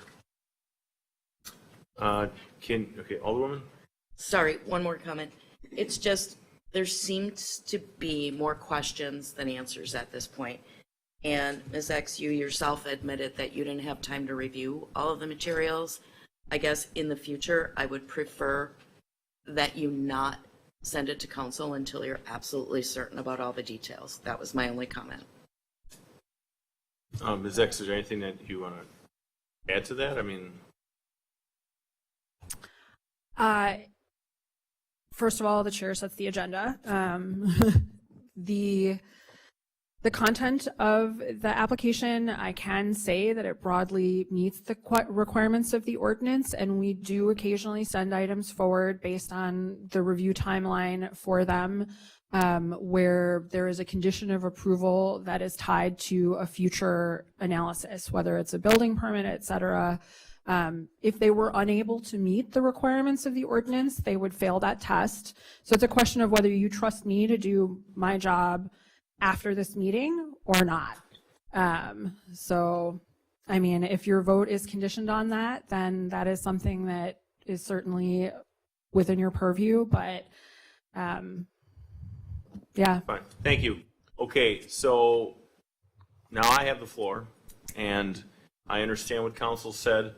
And again, I just wish this was moved right over on 27th Street, because I'll tell you, I completely echo the other members up here. Working with you and your team has been exceptional. I mean, really. I mean, I don't like the project right here, but there is no question working with you has just been outstanding. And with that, if everything goes through, when do you think you'd be breaking ground? sometime this fall. This fall? And how long does it take to complete this project? 22 months, is that right? A lot of heads up and down? 22 months. So yes, we'd be having tenants moving in by late 2027, early 2028, and finishing construction in 2028. All right, thank you. So again, Madam Clerk, who made the first, who made the second? Alderman Hassan made the first and Alderwoman Eichman made the second. Okay, this will be a roll call, please. And Kenny? Aye. Alderman Salus? Aye. Alderwoman Kresgebeck? Aye. Alderman Hassan? Aye. Alderwoman Eichman? Aye. Alderman Johnson? Aye. 6 ayes, no nos, motion carries. Going on to G13. A housing development resident community center and related facilities upon property located at 7705 South 31st Street, tax key number 786-9988-000-7631 South 31st Street, tax key number 786-9987-000 and 7721 South 31st Street, tax key number 786-9992-000. Ad Veneer Azora Development applicant Matteo and Germano Norente, owner 7705 South 31st Street. BC Management, owner 7631 South 31st Street. Estate of Gerald F. Zworecki, owner 7721 South 31st Street. Madam X, you still have the floor. This is for the conditional use, so staff is recommending approval of this item. With the condition that the PDO be approved because there are modifications to the ordinance requirements as part of that approval, so. Okay, there's a motion. Oh, Alderwoman? Could I motion to table until some of our questions are answered? Or is that not an option?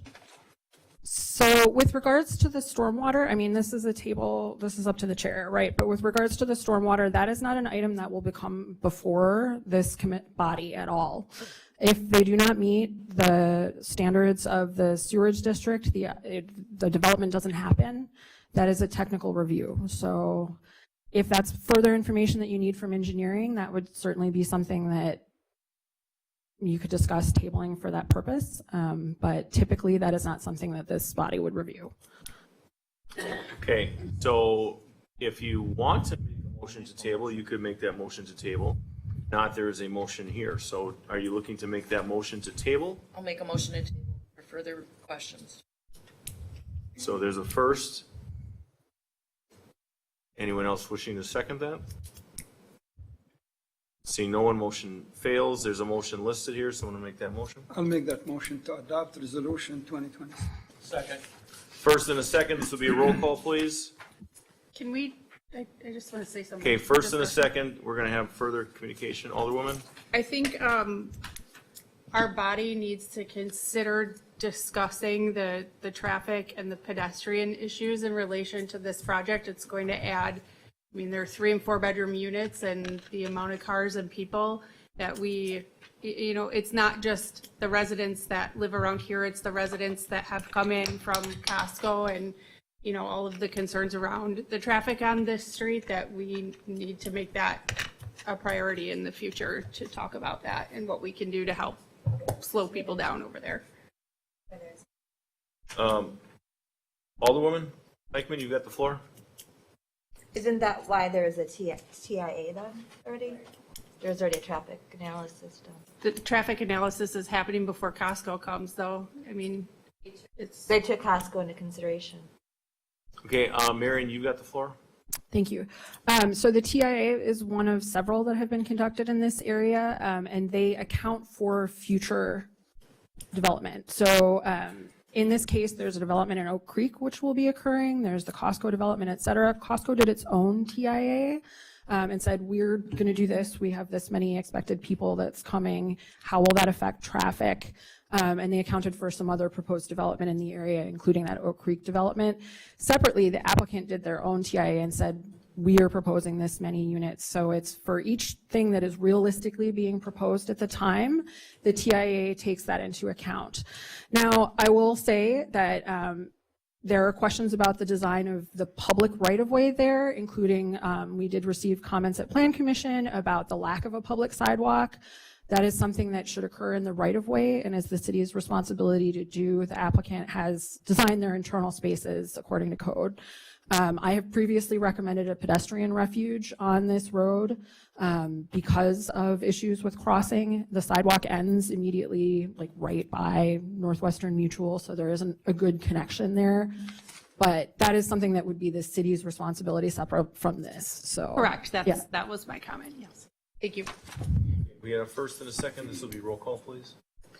Alderman Johnson. Aye. Alderwoman Eichman. Aye. Alderman Hassan. Aye. Alderwoman Kresselbeck. No. Alderman Salus. Aye. Alderwoman Kenny. Aye. 5 ayes, no nos. Excuse me. I had a no. 5. Hold on, everybody breathe. 5 ayes, 1 no. Motion carries.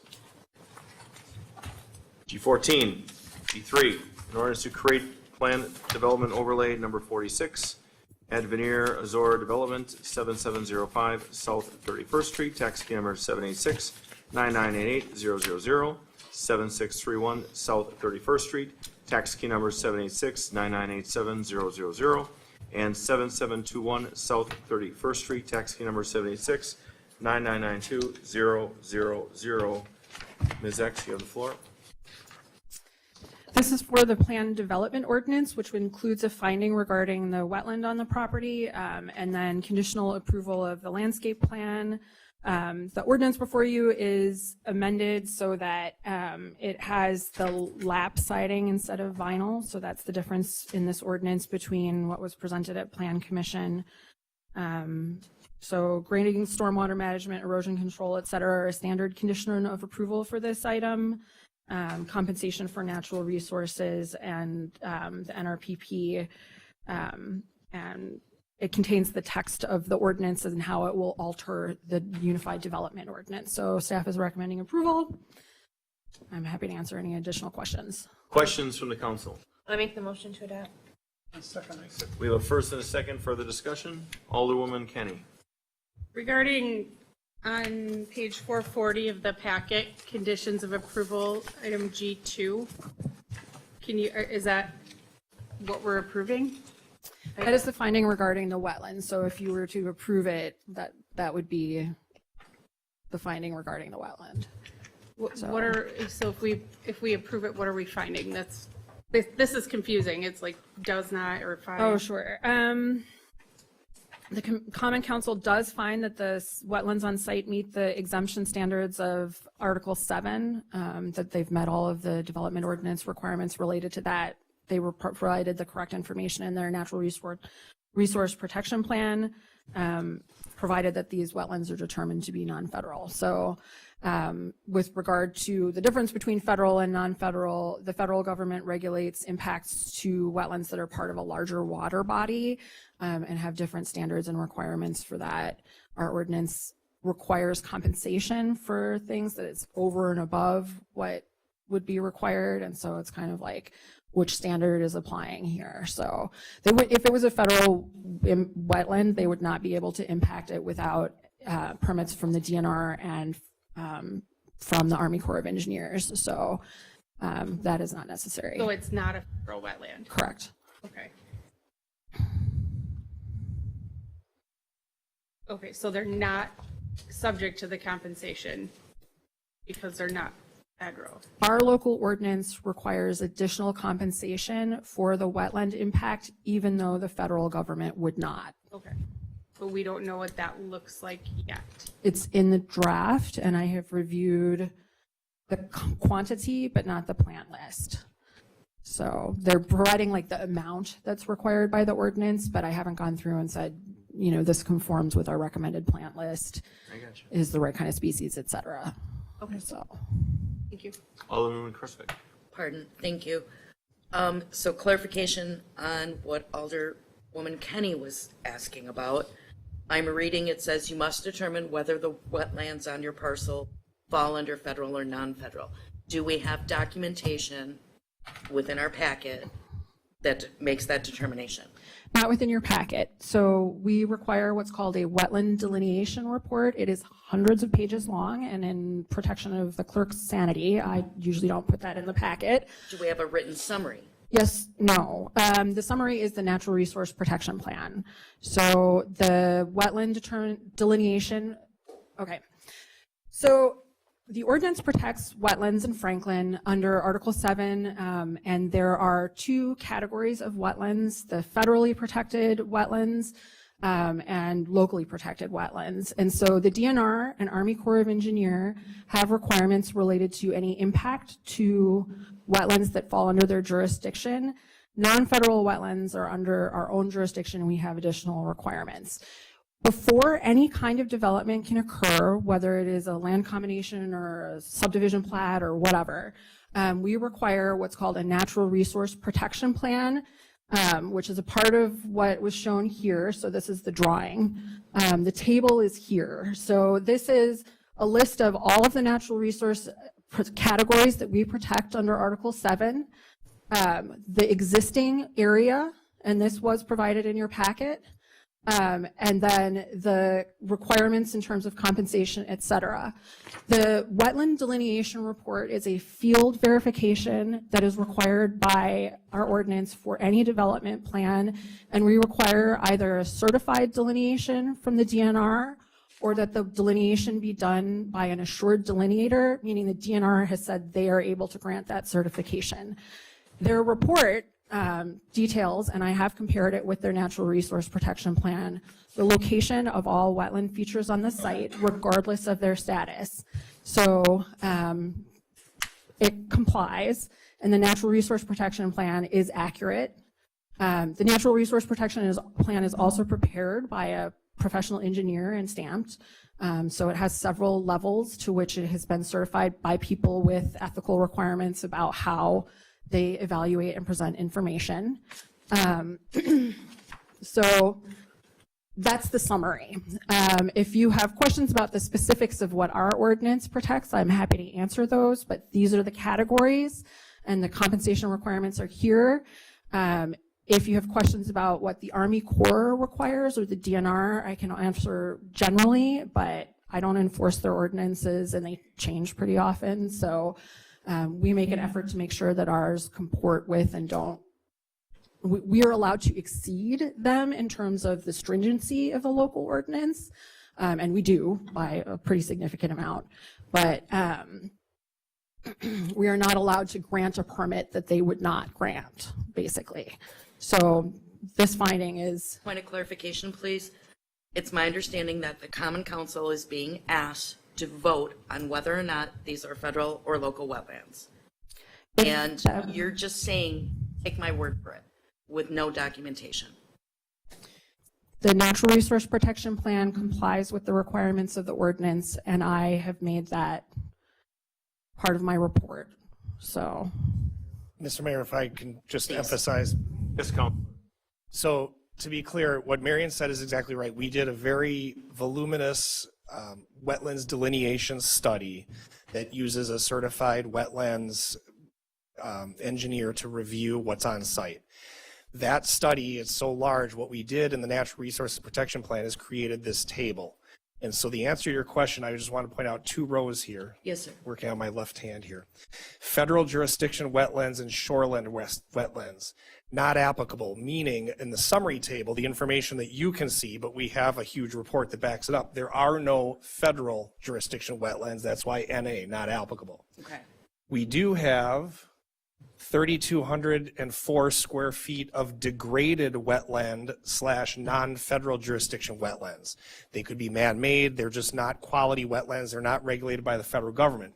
Your code, as Marion explained, you have exceeded the federal government and the state requirements for that. We have to compensate 1.5, this thing keeps disappearing, 1.5 square feet for every impact that we have. So even this lawyer can do math. 3,204 times 1.5, we are providing compensation to the tune of 4,806 square feet on our site in the form of, as Marion said, she checked the number of plantings but she's still working on the type of plantings. That's what this table shows. Yes. And I would represent to you that we have a certified landscape architect who has reviewed the code, reviewed the law, and we're fairly confident that his planting selection will be appropriate for compensation and for this climate and this site.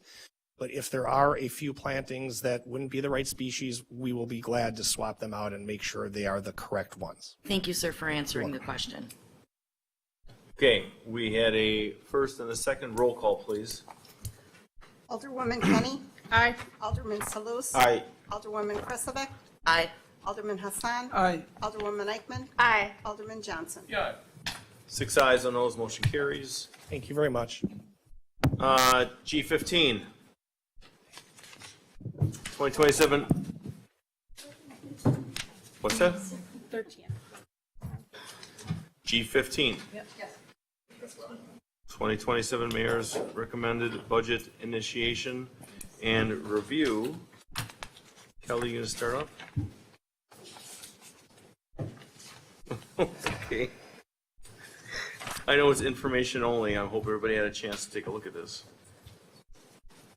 Yeah, I don't actually have anything additional to add to this, but if people would like to start a conversation, a discussion on it, obviously can answer questions or attempt to.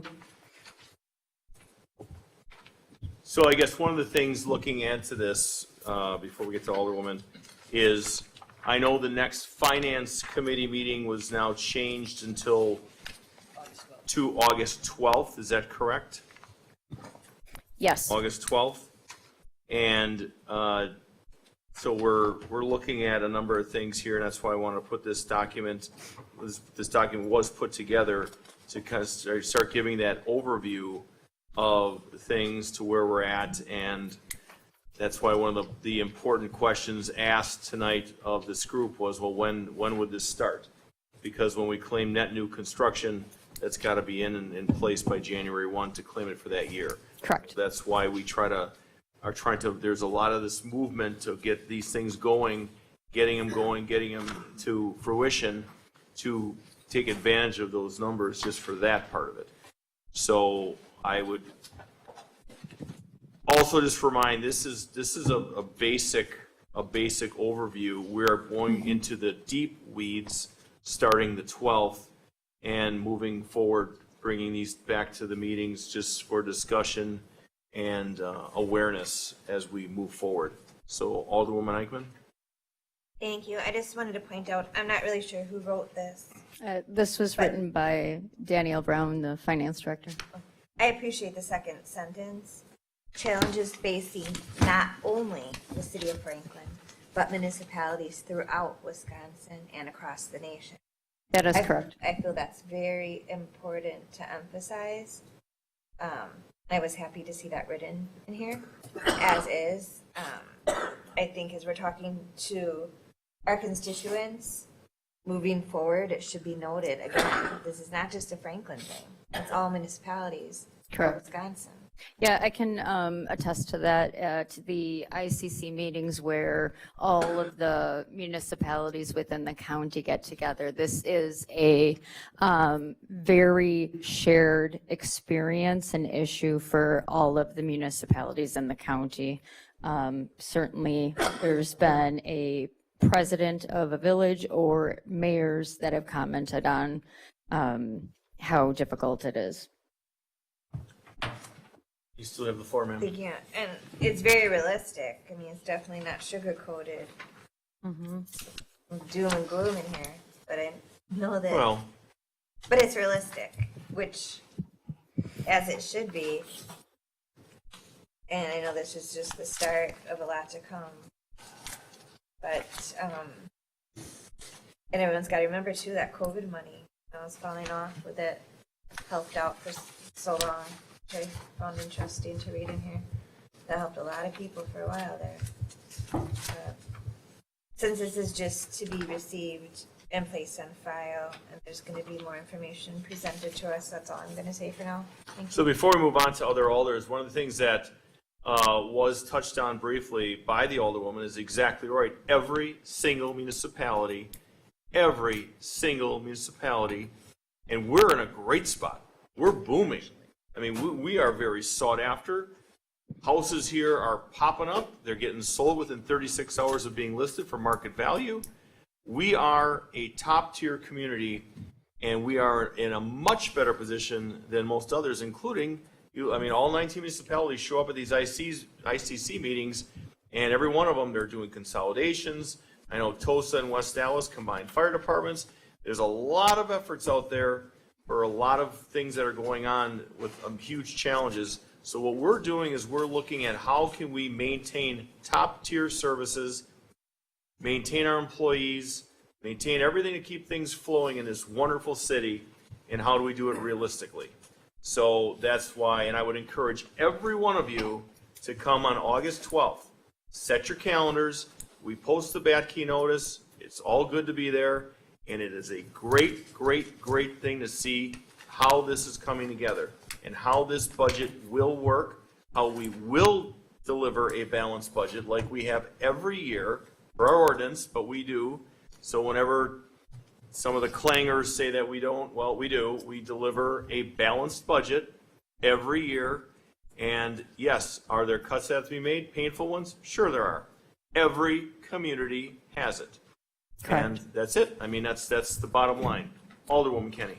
I just wanted to say on the record that I'm part of a group with the Wisconsin Realtors Association that meets to discuss these exact issues, and I'm part of a special task force on property taxes, and it has members throughout the state. And echoing what you've all said is what everybody is saying around the state, around the country. We're all dealing with it. A lot of it has, we're down. The 1.2% increase only for new construction has to do with tariffs and how they've affected everybody in every industry, especially the housing industry. We're still in a housing crisis. So, Alderman and Alderwoman. I travel, I go to many places, and when I'm a nosy person, I always look how other cities and other states, conduct their business. The state of Wisconsin is the only state throughout our nation that rely 100% of the expenses of running the local government. You're talking about the police department, the fire, the Department of Public Work, the MMSD, the MATC, all these taxing entities, they are a burden on the shoulders of the taxpayers. And this is a messed up structure. This have to do with the financial structure of our state. Mm-hmm. Our state is not doing a good job in terms of distributing that burden. The city of Franklin alone have $350 million of referendums alone. That's a school buildings. Having said all of that, we cannot just blame it on the state. A couple years ago, probably last year, I suggested taking a measure that will help raise some funds, and I plan to bring the same issue again on August 12th. I'll come and talk about the same issue again. We have to start looking into, using some fee system to help us balance this budget. Otherwise, we are, it's true, many of the communities are in deficit, and they, band-aid the budget to call it balanced, but in many cases there is no cushion, there is no little bit of a reserve fund for anything to go wrong, and at the end of the day end up to be a deficit. So if we don't take action soon enough, then this deficit, this borrowing is gonna affect us negatively and going to affect our city in a negative way. So I would preserve my proposal to August 12th. I'll come to the Finance Committee meeting and I will present if I'm given a chance. I yield. Alderwoman? Just one thing I wanted to point out on page 450 is I want to go back to the Ryan Meadows condominiums that we just voted on tonight. They're paying for their own infrastructure. And even like Poth, paying for their own infrastructure.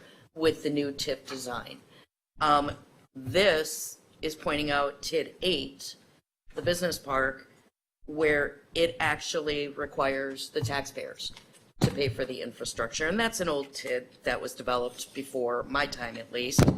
So I just want to say thank you to the current administration for revising the TIDs in terms of the pay-as-you-go or pay-go. Pay-go. Yeah. So I appreciate that.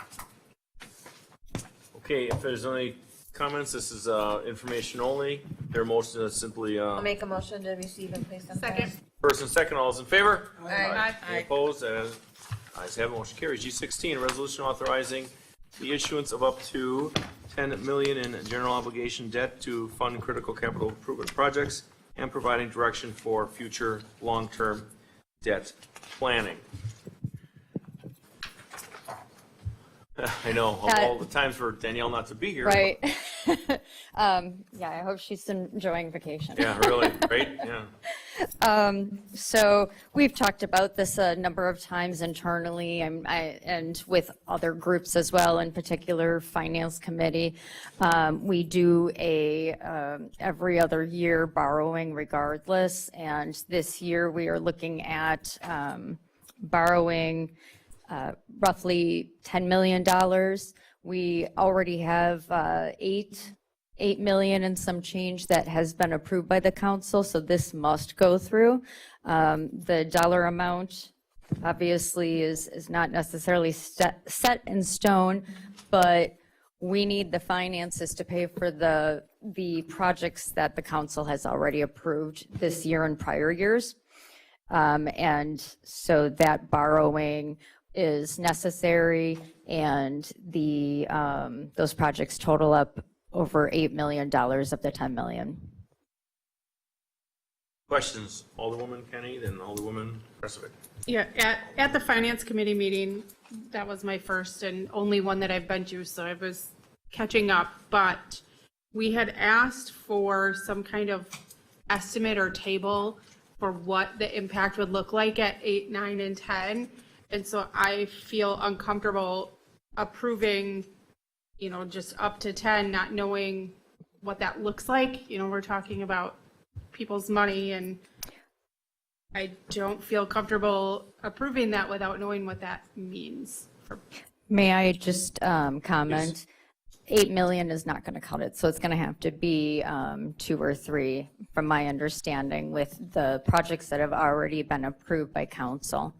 So, it comes down to $9 million or $10 million, and it would be, obviously the extra would allow for other projects that are necessary, other capital projects. I don't have the information that you were looking for, and I am anticipating that will be provided on the 12th at our next Finance Committee meeting. Thank you. Alderwoman? Well, first of all, I apologize because my last comment was actually based on this item and not the prior. So I apologize for that. And if we look, TID 8 alone is estimated to be over $8 million for the infrastructure, is my understanding. So the $8 million isn't going to cut it. Right now, I recall former Alderman Pecorelli discussing in a finance meeting that our interest rates are lower at the moment, so it's in our best interest to borrow at this time as opposed to waiting. Correct. It's sort of stuff that's been pushed and pushed and pushed and has now come to a head, and it's like, do something or bust. Right. So every year when we are having that difficult conversation about the budget and what makes it and what doesn't make it, there's a lot that does not make it. And so we continually defer, and that costs us more money. So to your point, the sooner we do it, the better, honestly, because everything is getting more expensive. And also, I'm looking at this right now, I do have the total borrowing need without TID 8 or 9, and this is just for projects that have already been approved. By prior councils. By council, yeah. This council, previous council, correct. And that's 8,150,000. Adopt. I'm sorry? You still got the Yeah, floor, I Alderwoman. yield. I yield. Okay, Alderwoman Eichman, you got the floor? Oh, I was just adding to what the city administrator said, Okay. that 8,150,000 is without TID 8 and 9, voted 2. And then, I'm just wondering, when we do this borrowing every other year, and it's not really fair to put you on the spot, Kelly, because the finance director is not here. So if you can't answer this, not a problem at all, and I can shoot her an email or touch base with her, and she's back from vacation. But does anybody know roughly, historically, how long the city of Franklin's been doing this borrowing every other year? I can barely hear Can you. you speak into your microphone, please? So, I started out by stating what the city administrator had said for the total borrowing of the 8,150, that it should be noted that's without TID 8 and 9. yeah, I started saying that. Okay, I'm not sure if they heard that since they couldn't hear me. Then I was asking, with this borrowing every other year that's done, if anybody knows approximately historically how long the city's been doing this. I believe it's been over a decade. I believe this is a policy that had started before our last finance director, from my understanding. And there's also policies in terms of fund balances and how much we can have on within our fund balance. And I know that we do tend to run very conservatively, so we do have typically more than what's recommended. So it is common, to Alderwoman Kenny's point, if we need that 8,150, just to do the 10, because other things will come up. I mean, we know they will. We already have other things that have come up. Okay. That's probably pushing over the 10 million. So, we have a ton of needs, and what ends up happening is we continue to defer the maintenance, defer projects, and it only gets worse. Street maintenance, I believe, is supposed to be 25 years, right, for a street? I'm looking at the superintendent of DPW, who is shaking his head, nodding in agreement, and I think we are how many years out from that now? Yeah, it's 100 years. 100 years now. So there is great impact to deferring. Deferring everything, it eventually is going to cost us a lot of money, and at some point, something's got to give. Right, and that was a good point to bring up what former Alderman Pecorelli had brought up. I believe he did bring that also up in a council meeting as well, so I'm glad that you referenced that, Alderwoman. If I'm coming into this, I was going to possibly recommend tabling it until our finance director was back in town, but all the questions seem to have been asked, and I appreciate that greatly, and there's a lot of great information in here, so I don't think that we need, personally, I don't need to wait for her to come back into town, so I would feel comfortable making the motion to authorize the resolution. I will second. So we've got a first and a second further discussion. Alderwoman Kenny, then Alderman Salus, and Alderwoman Kresovic. This is just more of a comment, like, I'm not gonna sign a home equity line of credit or a mortgage without knowing what my payment's gonna be. And I feel like that's what we're doing right here. Right, so there's actually been a lot going on in the background where we have this information. So the finances have been roughly put together. This isn't something that the finance director or even the finance committee would recommend bringing to council if they weren't running scenarios. But I was at finance committee and that wasn't answered there either. So I'm not trying to be combative, I'm just saying I feel like we're missing, we're spending people's money without having all the information about what that's gonna mean, and that's uncomfortable. But what is the timing? Well, this we were hoping to have done, like 2 months ago. I'm looking at some of our team over here. We were supposed to have borrowed by July essentially. So we're delaying things again because of the borrowing. I will say that I don't think that 8 million is really feasible. And when I look at 9 or 10, I can't imagine that there's a substantial difference between those. Honestly, when it shakes out, when all the numbers come out. I guess, and to add to that, when we're looking at funding the critical projects, that's why it's exceeded from 8 to 10. Correct. And if it's simply you wanting more of a detailed explanation as to far as where that money's going to go to, that can be done. But that's why these things are all listed on top as well. As No, far as things. I see, I mean, it's detailed in here, it's the impact that we don't know. Right. Well, and I know that we had talked about that, and I don't recall the full conversation, but I know that that was discussed in finance, and there were a number of things that could be done that we had looked at. And I don't believe that that determination was made, but I can't tell you what the exact impact is. Sorry. Thank you. Alderman? I don't know if I missed the answer. What is the total amount of debts that our city has so far without this, how much do we owe? What is our debt so far? What's our debt? Yes.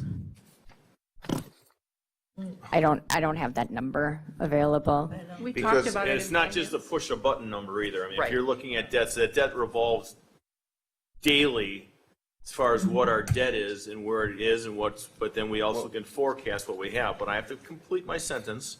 So if you're looking for where this is coming from, you have to understand, and I don't know if there's somebody in your head with this, but if you have to understand where this is coming from as far as how this gets paid. And when you say, what's our debt? Again, our debt changes. Our debt loads change. Our debt obligations change. We have money coming in from different areas that affect our balances daily. So, I mean, and again, I'm not going to speak for our finance director and treasurer, but that's in layman's terms how it was explained to me when I asked it years ago as an alderman to Paul Rotzenberg, who's now on our finance committee, that was our former finance chair and treasurer, and that's how, in layman's term, was explained to me. Well, We did talk about that in finance. just like. I mean, we have a schedule of debts and debt payments. We have, all of that is obviously considered, and all of that is shorn up before anything is moved forward. Like when I read, the city has 80.1 million of debit insurance capacity. Okay, so that is a number that's a ceiling. Does it mean this is a ceiling on how much we could borrow as a city? I'm just trying to understand. Yes. And all I'm asking in a simple term, okay, are we close to maxing this, or we are No, far? not. Far? No. But I'm just trying to understand where we at with it, and what is the average interest rate we pay as a city? Just an average. I have no idea. No idea. Well, we have an idea, Alderman. I Just can't answer it personally tonight. don't have. I know. Yeah, We the can answer. answer your question, Alderman, but we're not going to answer it tonight because we can't give you that off-the-cuff information. No. Because it wasn't asked prior to the meeting, or we could have had that. If that was that big of a concern, that should have been an email prior to this meeting, and that could have been answered, sir.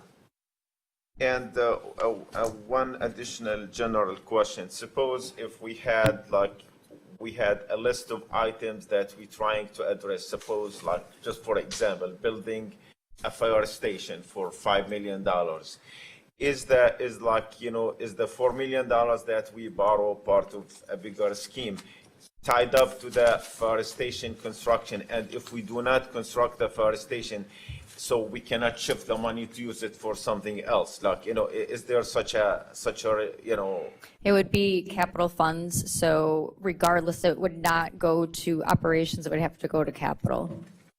would have to go towards something that is not considered a, Not a running expense. yes, exactly. I'm just like, I'm just like wondering if this issue, of course, we have to run and operate the city. If we just get a little bit chance to evaluate a little bit more and, approve it next meeting so we can, I will personally commit to come to the August 12, and hopefully I'll get answers to my questions, and probably has more answers, and, I think the problem is that this has already been delayed by several months. Projects are now being delayed, they're being held up, which also goes to what the mayor was saying, and that is that every delay on projects, if we don't have them built by January 1st of the next year or some sort of production going on, that impacts our net new construction. I've got three department heads, or I had three department heads over there who are all waiting, probably with bated breath, on the answer to this, really, because this impacts the fire department, it impacts the police department, engineering department, DPW, it impacts water, it impacts TID 8 and TID 9, and there are real issues and infrastructure that we have to address. And also to keep in mind that the money has already been theoretically approved by council. I'll yield very quick. My concern is that I want to make sure that if we borrow money, that we have, and the mayor very much, alluded to that we have a way of paying this money back and become debt-free if possible. So, if it's just like, we always running behind, trying to catch up, but, there is a deficit. There is always the streets that we cannot fix this year. There'll be some other streets that needs repaired the year after and the year after. So it's ongoing. Right, it is an ongoing thing, and just like the debt and the borrowings, also the payoffs, those are all ongoing. They're all on different cycles, and they're all aligned to make sure that we can afford borrowing. Hold on a minute. I Alderman, you still have the yield. floor. I yield. Alderman Kresvik? First No. of all, 1, 2, 3. First of all, I just want to point out on page 451, it's issuance of up to $10 million. So it's not requiring that we take the full 10, it's just capping at 10. Correct. May I ask, please, what are the consequences if this item is tabled to the next time? Does that interfere with Finance Commission being able to go ahead and work with the budget or make a better budget? I can't answer that. What I can say is that any delay, if interest makes it rates worse. continue to rise, that sort of thing, it impacts it, right? Based upon what the value is at the time. The projects are all impacted. We can't go ahead and make movement on them and until we have the financial standing to do so, which means that those proposals and amounts could end up very much change. Jeopardized. Yes. And I understand the concerns and I echo those. But in the same sense, it's council's responsibility to oversee what the expenditures are. And having watched these meetings for years, having participated in some of them, fewer than I've seen, I just strongly encourage every council member to be mindful instead of, oh yes, we really need this, this is wonderful, to be aware of the financial implications. If something's budgeted, it means it's in a spreadsheet. It doesn't mean it's paid for. So I think it's our responsibility from here on out to be very mindful of that. And I'm sorry if I'm lecturing. The mayor looks irritated with me. I'm sorry. But Well, since you said that, I'm not. I'm just Okay. sitting here listening to you. I heard a deep Maybe that's- sigh. I don't know which it came from. So we had pushed and asked for what would the impact be at the last meeting. It's really hard to do that if you don't know the exact amount you're going to spend. Right. I mean, there were items even tonight that are going to go into the budget. that, how do you anticipate what the impact is gonna be? She ballparked it, worst case scenario. You know, Right, right. I yield. Alderwoman Eichman. Thank you, Mayor. I've got several things now. The first is for a point, I've got several things now. First is just a point of clarification. When I made the motion to authorize the resolution 2026, did I need Jesse to state -3? Or no? For the options? Which page, please? For the motion. 450. And 450. Thank you. Did I need to state that, Jesse, or was that clear when I made my motion? Because we had three options. Option 1, option 2, option 3. And for clarification purposes, I wanted it to be noted that my motion was to authorize resolution 2026-3. That was my first thing. I mean, there's a lot here, but as it states, and the city administrator read through several of these things, if you look at page 455, 456, and 457, this is just probably a quarter of what could be anticipated. You would never know what's going to be budgeted. I mean, not that I want to wish any bad luck or anything, but this evening, one of our engines could blow in a squad car or an ambulance. That's an unexpected cost. I mean, unexpected costs running a city of this size come up all the time. We can't have an exact pinpointed budget number. That's literally impossible. There's emergencies that come up, road repairs that come up, things that come up all the time. So I guess I'm just confused or not understanding a lot of the uncertainty up here this evening. And this isn't anything new that the city's doing. This isn't like the first time the city's ever done this. It's been done under past mayors, past administrative, this is nothing new. I'll leave it at that for now. Mr. City Attorney? With regard to the motion, how it is stated on the action sheet as a blank with regard to the resolution number, that's because all city resolutions have a blank until they're adopted, and that's when the number is placed in, akin to in order through the year. I believe the Alderwoman wanted to make clear that she's option 3. Yeah. Well, that's separate from filling in the blank with a number 3. I'm sorry, for clarification, can you tell me what goes in the blank then? Nothing. That's boring. Well, somebody wrote the motion that way instead of just a motion to adopt a resolution, but the resolution Okay. is standard form starting with resolution number 2026 blank. Okay, thank you. That was confusing to me. So But that's it's, why I but wanted it's some option 3, right, clarification. Alderwoman? Well, It is option 3, but the city attorney is saying option 3 isn't needed in the motion. But I just You wanted say- for clarification to make it clear that my motion is for the option 3, whether it goes in the blank or not. Counsel? For option number 3, basing my motion, a motion to authorize, et cetera, as stated on the action sheet. Right. I think what we're saying is that you don't have to put an option in there because there's a resolution issuing up to 10 million. And the resolution says up to 10 million. Exactly. Okay, good. Alderwoman, you still have the floor? Right. I understand that it's just still confusing though, because we are given 3 options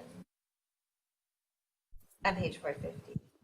So even though it says up to 10 million, that could mean that we're picking option 1, borrowing 8 million, option 2, borrowing 9 Right. million. But I think the important thing to point out is that the council action sheet is not as important as the resolution. And the resolution here states it's up to 10 million, regardless of what amount is picked. Right, but the council action is important because that's what we vote on. May I address that Right. since it wasn't Hold discussed on. finally? Alderwoman, you still have the floor. Am I right on that, just so I know for clarification? Counselor. Council, need his button.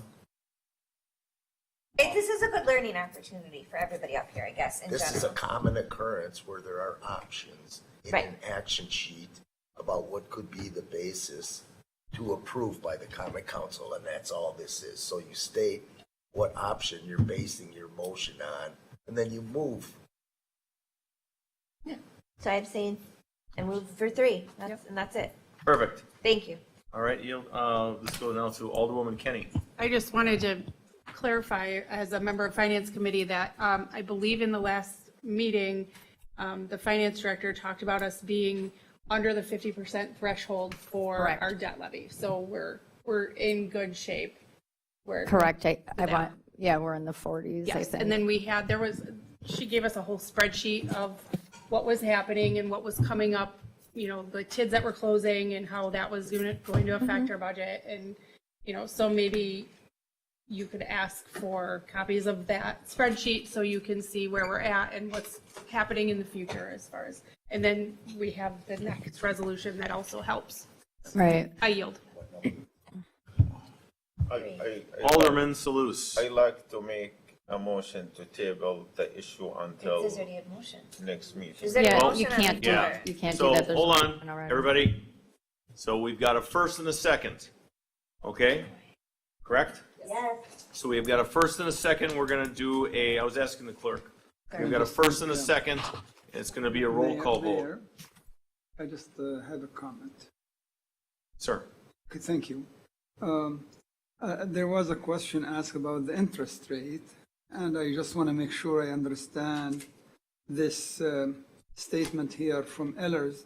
Say that Ellers has been engaged and put together a few different scenarios with the tax impact based on $8, $9, and $10 million borrow in 2026 with an interest rate of 4.3. So does that mean the interest rate is 4.3 or?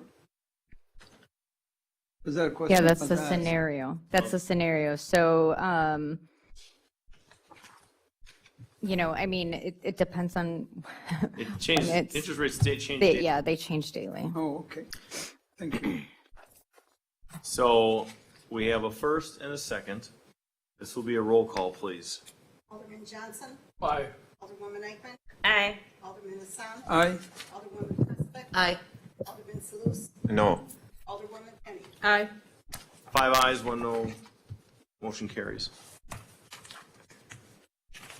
G17, a resolution declaring official intent to reimburse expenditures from proceeds of borrowing. Madam Director of Administration? No. All right, so basically this is, my understanding is that this is stating that when we borrow the money, we are requesting to then reimburse the accounts that we borrowed from within our, Internal. yes, internal accounts. Motion to approve. Second. First and a second. Alderman Kenny. All those in favor? Aye. Any opposed? Ayes have it, motion carries. G18, Franklin Senior Citizen Travel Program Semi-Annual Update for 2026. You'll see another document right here, correct, madam? Okay. Is there any questions on this? Comment? Alderwoman? I just want to say it's a pleasure to see that they have a positive balance. It's nice to see. I agree. That's all. I yield. Any other comments? If not, is there a motion to receive and place on file? I make the Motion. motion to receive What? and place on file. So it's just going to be provided and placed on file, no motion needed. Excellent, that's where that goes. If we had questions, we can ask the head of the senior travel group. Unfortunately, anyways, I don't see them in the audience. No, excellent observation. Franklin Senior Citizens, Inc. Program Semi-Annual Update for 2026. This is, again, for information only. Perfect. As I attend every monthly senior luncheon. Yes, you that do. was done because I think I was, well, at least for minimum the past 3.5 years, if not more. I'm very familiar with it. And our treasurer is actually in the audience this evening. So I feel comfortable approving this if we need a motion to No receive and motion. place- Yeah, there isn't. How come there's It's- no motion to receive and place on file for this one? Out of Madam curiosity. Clerk. But there was on the one prior. I did not write the council action sheets, but it's just set I didn't either. for information. Because then do we need, for clarification, did we really need a motion on G18? Because the council action. No, requested- no. No, we didn't. We Okay. didn't, we didn't Yeah, use a that's why we motion. didn't- We just Okay. moved it forward. So- Yeah, it's just information. So Got it. every year, both of these senior programs are required to come in front of the council with an update. Unfortunately, I spoke with the senior citizens group that has the luncheon once a month, Noah, who is the president, and he had a conflict, so he couldn't come here and discuss this. But I do want to say that being that we are through the first half of the year, they also have enough, it appears, that they'll be able to cover the remaining year with their budget amount. And they have tried really hard to make sure that they stayed within budget, including renegotiating costs and that sort of thing with the vendor, which is Root River Center. And if, were you done? Yep. And adding in here, hopefully everybody read the nice letter that he included in our packet, the semi-annual report dated 7/2, that talks about, as our city administrator just mentioned, the cost of food going up, which is uncontrollable for any of us since we all go to the grocery store. They're cutting back on entertainment, which is unfortunate because the seniors do enjoy that. They have to do it to stay within budget. So I'm saying that I greatly appreciate them staying within this budget versus coming to the city and trying to ask us for more money on this.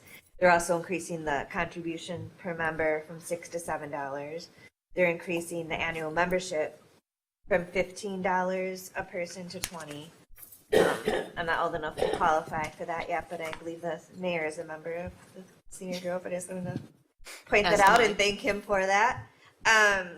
So, it shows I won't go through this whole letter, Thank but you. it does show how Mr. Borkenhagen has made cutbacks versus coming to the city and asking us for more Correct. money, which I appreciate his hard work in doing so. Absolutely. If I may speak, Alderwoman, you got the floor. Hold on. Thank you. Alderwoman Eichman, are you I'm done? good, thank you. I just want to put a ditto on everything Alderman Eichman just said. It's wonderful to have groups that will manage their own finances and make sure that they're covering costs and not creating a deficit that we have to deal with.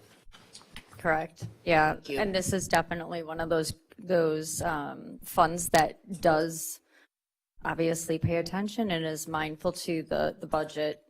Unfortunately, not all of them are like that. Yes, thank you. Good. All right. Nothing further. We'll just put that on file. We're going to move forward Can now. we take a recess before we go into this? And I was going to get that before we go in. Yes. Thank you. So can I continue? Thank you.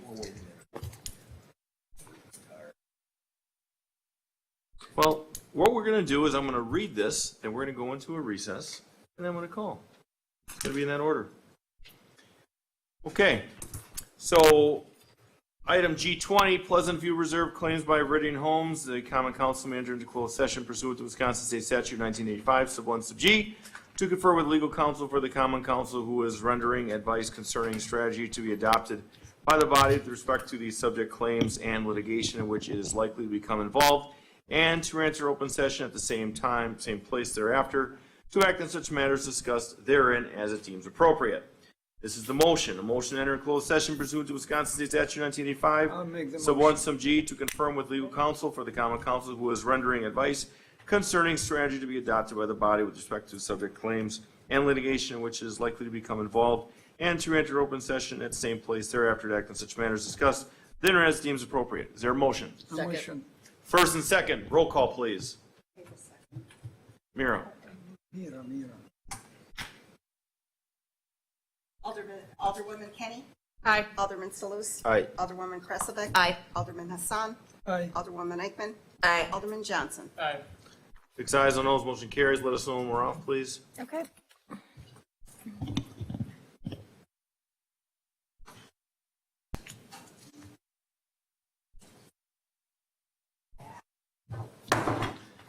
Okay, it is 9:45 PM. We are back in open session, G20, no action taken. Moving on to G21, authorization to solicit and receive bids for the Pleasant View Reserve Repairs Project. Mr. City Engineer, you have the floor. Thank you. So the Pleasant View Reserve subdivision is in dire need of repairs. Engineering departments, including DPW, has reviewed the subdivision, and we feel it needs to be addressed immediately. So our ask of the council tonight is to direct staff to go ahead and proceed, advertise the work repairs at the Pleasant View Reserve subdivision. So are you looking at option A? Correct. Direct staff to proceed to advertise and bid the Pleasant View Reserve Repairs Project. Note that the bids will return to Common Council for awarding contracts. I'd like to go ahead and make that motion. Second. First and a second, all those in favor? Aye. Any opposed? Ayes have it, motion carries. Thank you very much. Going into licensing, who's taking that? I will. Alderwoman Kenny, you've got licensing under H's and Henry. We recommended that all the licenses are approved with the exception of the very last one, Vernon Waukee, is approved with a letter. So first, is there a second on that? Second. First and a second, all those in, is there further discussion? Alderman Eichman? No. All those in favor? Aye. Any opposed? Ayes have it, motion carries. I as in Ida, there are 3 points. This will be a roll call vote. Point 1, city vouchers with an ending date of July 16, 2026 in the amount of $2,105,853.96. Payroll dated July 10th, 2026 in the amount of $472,045.17.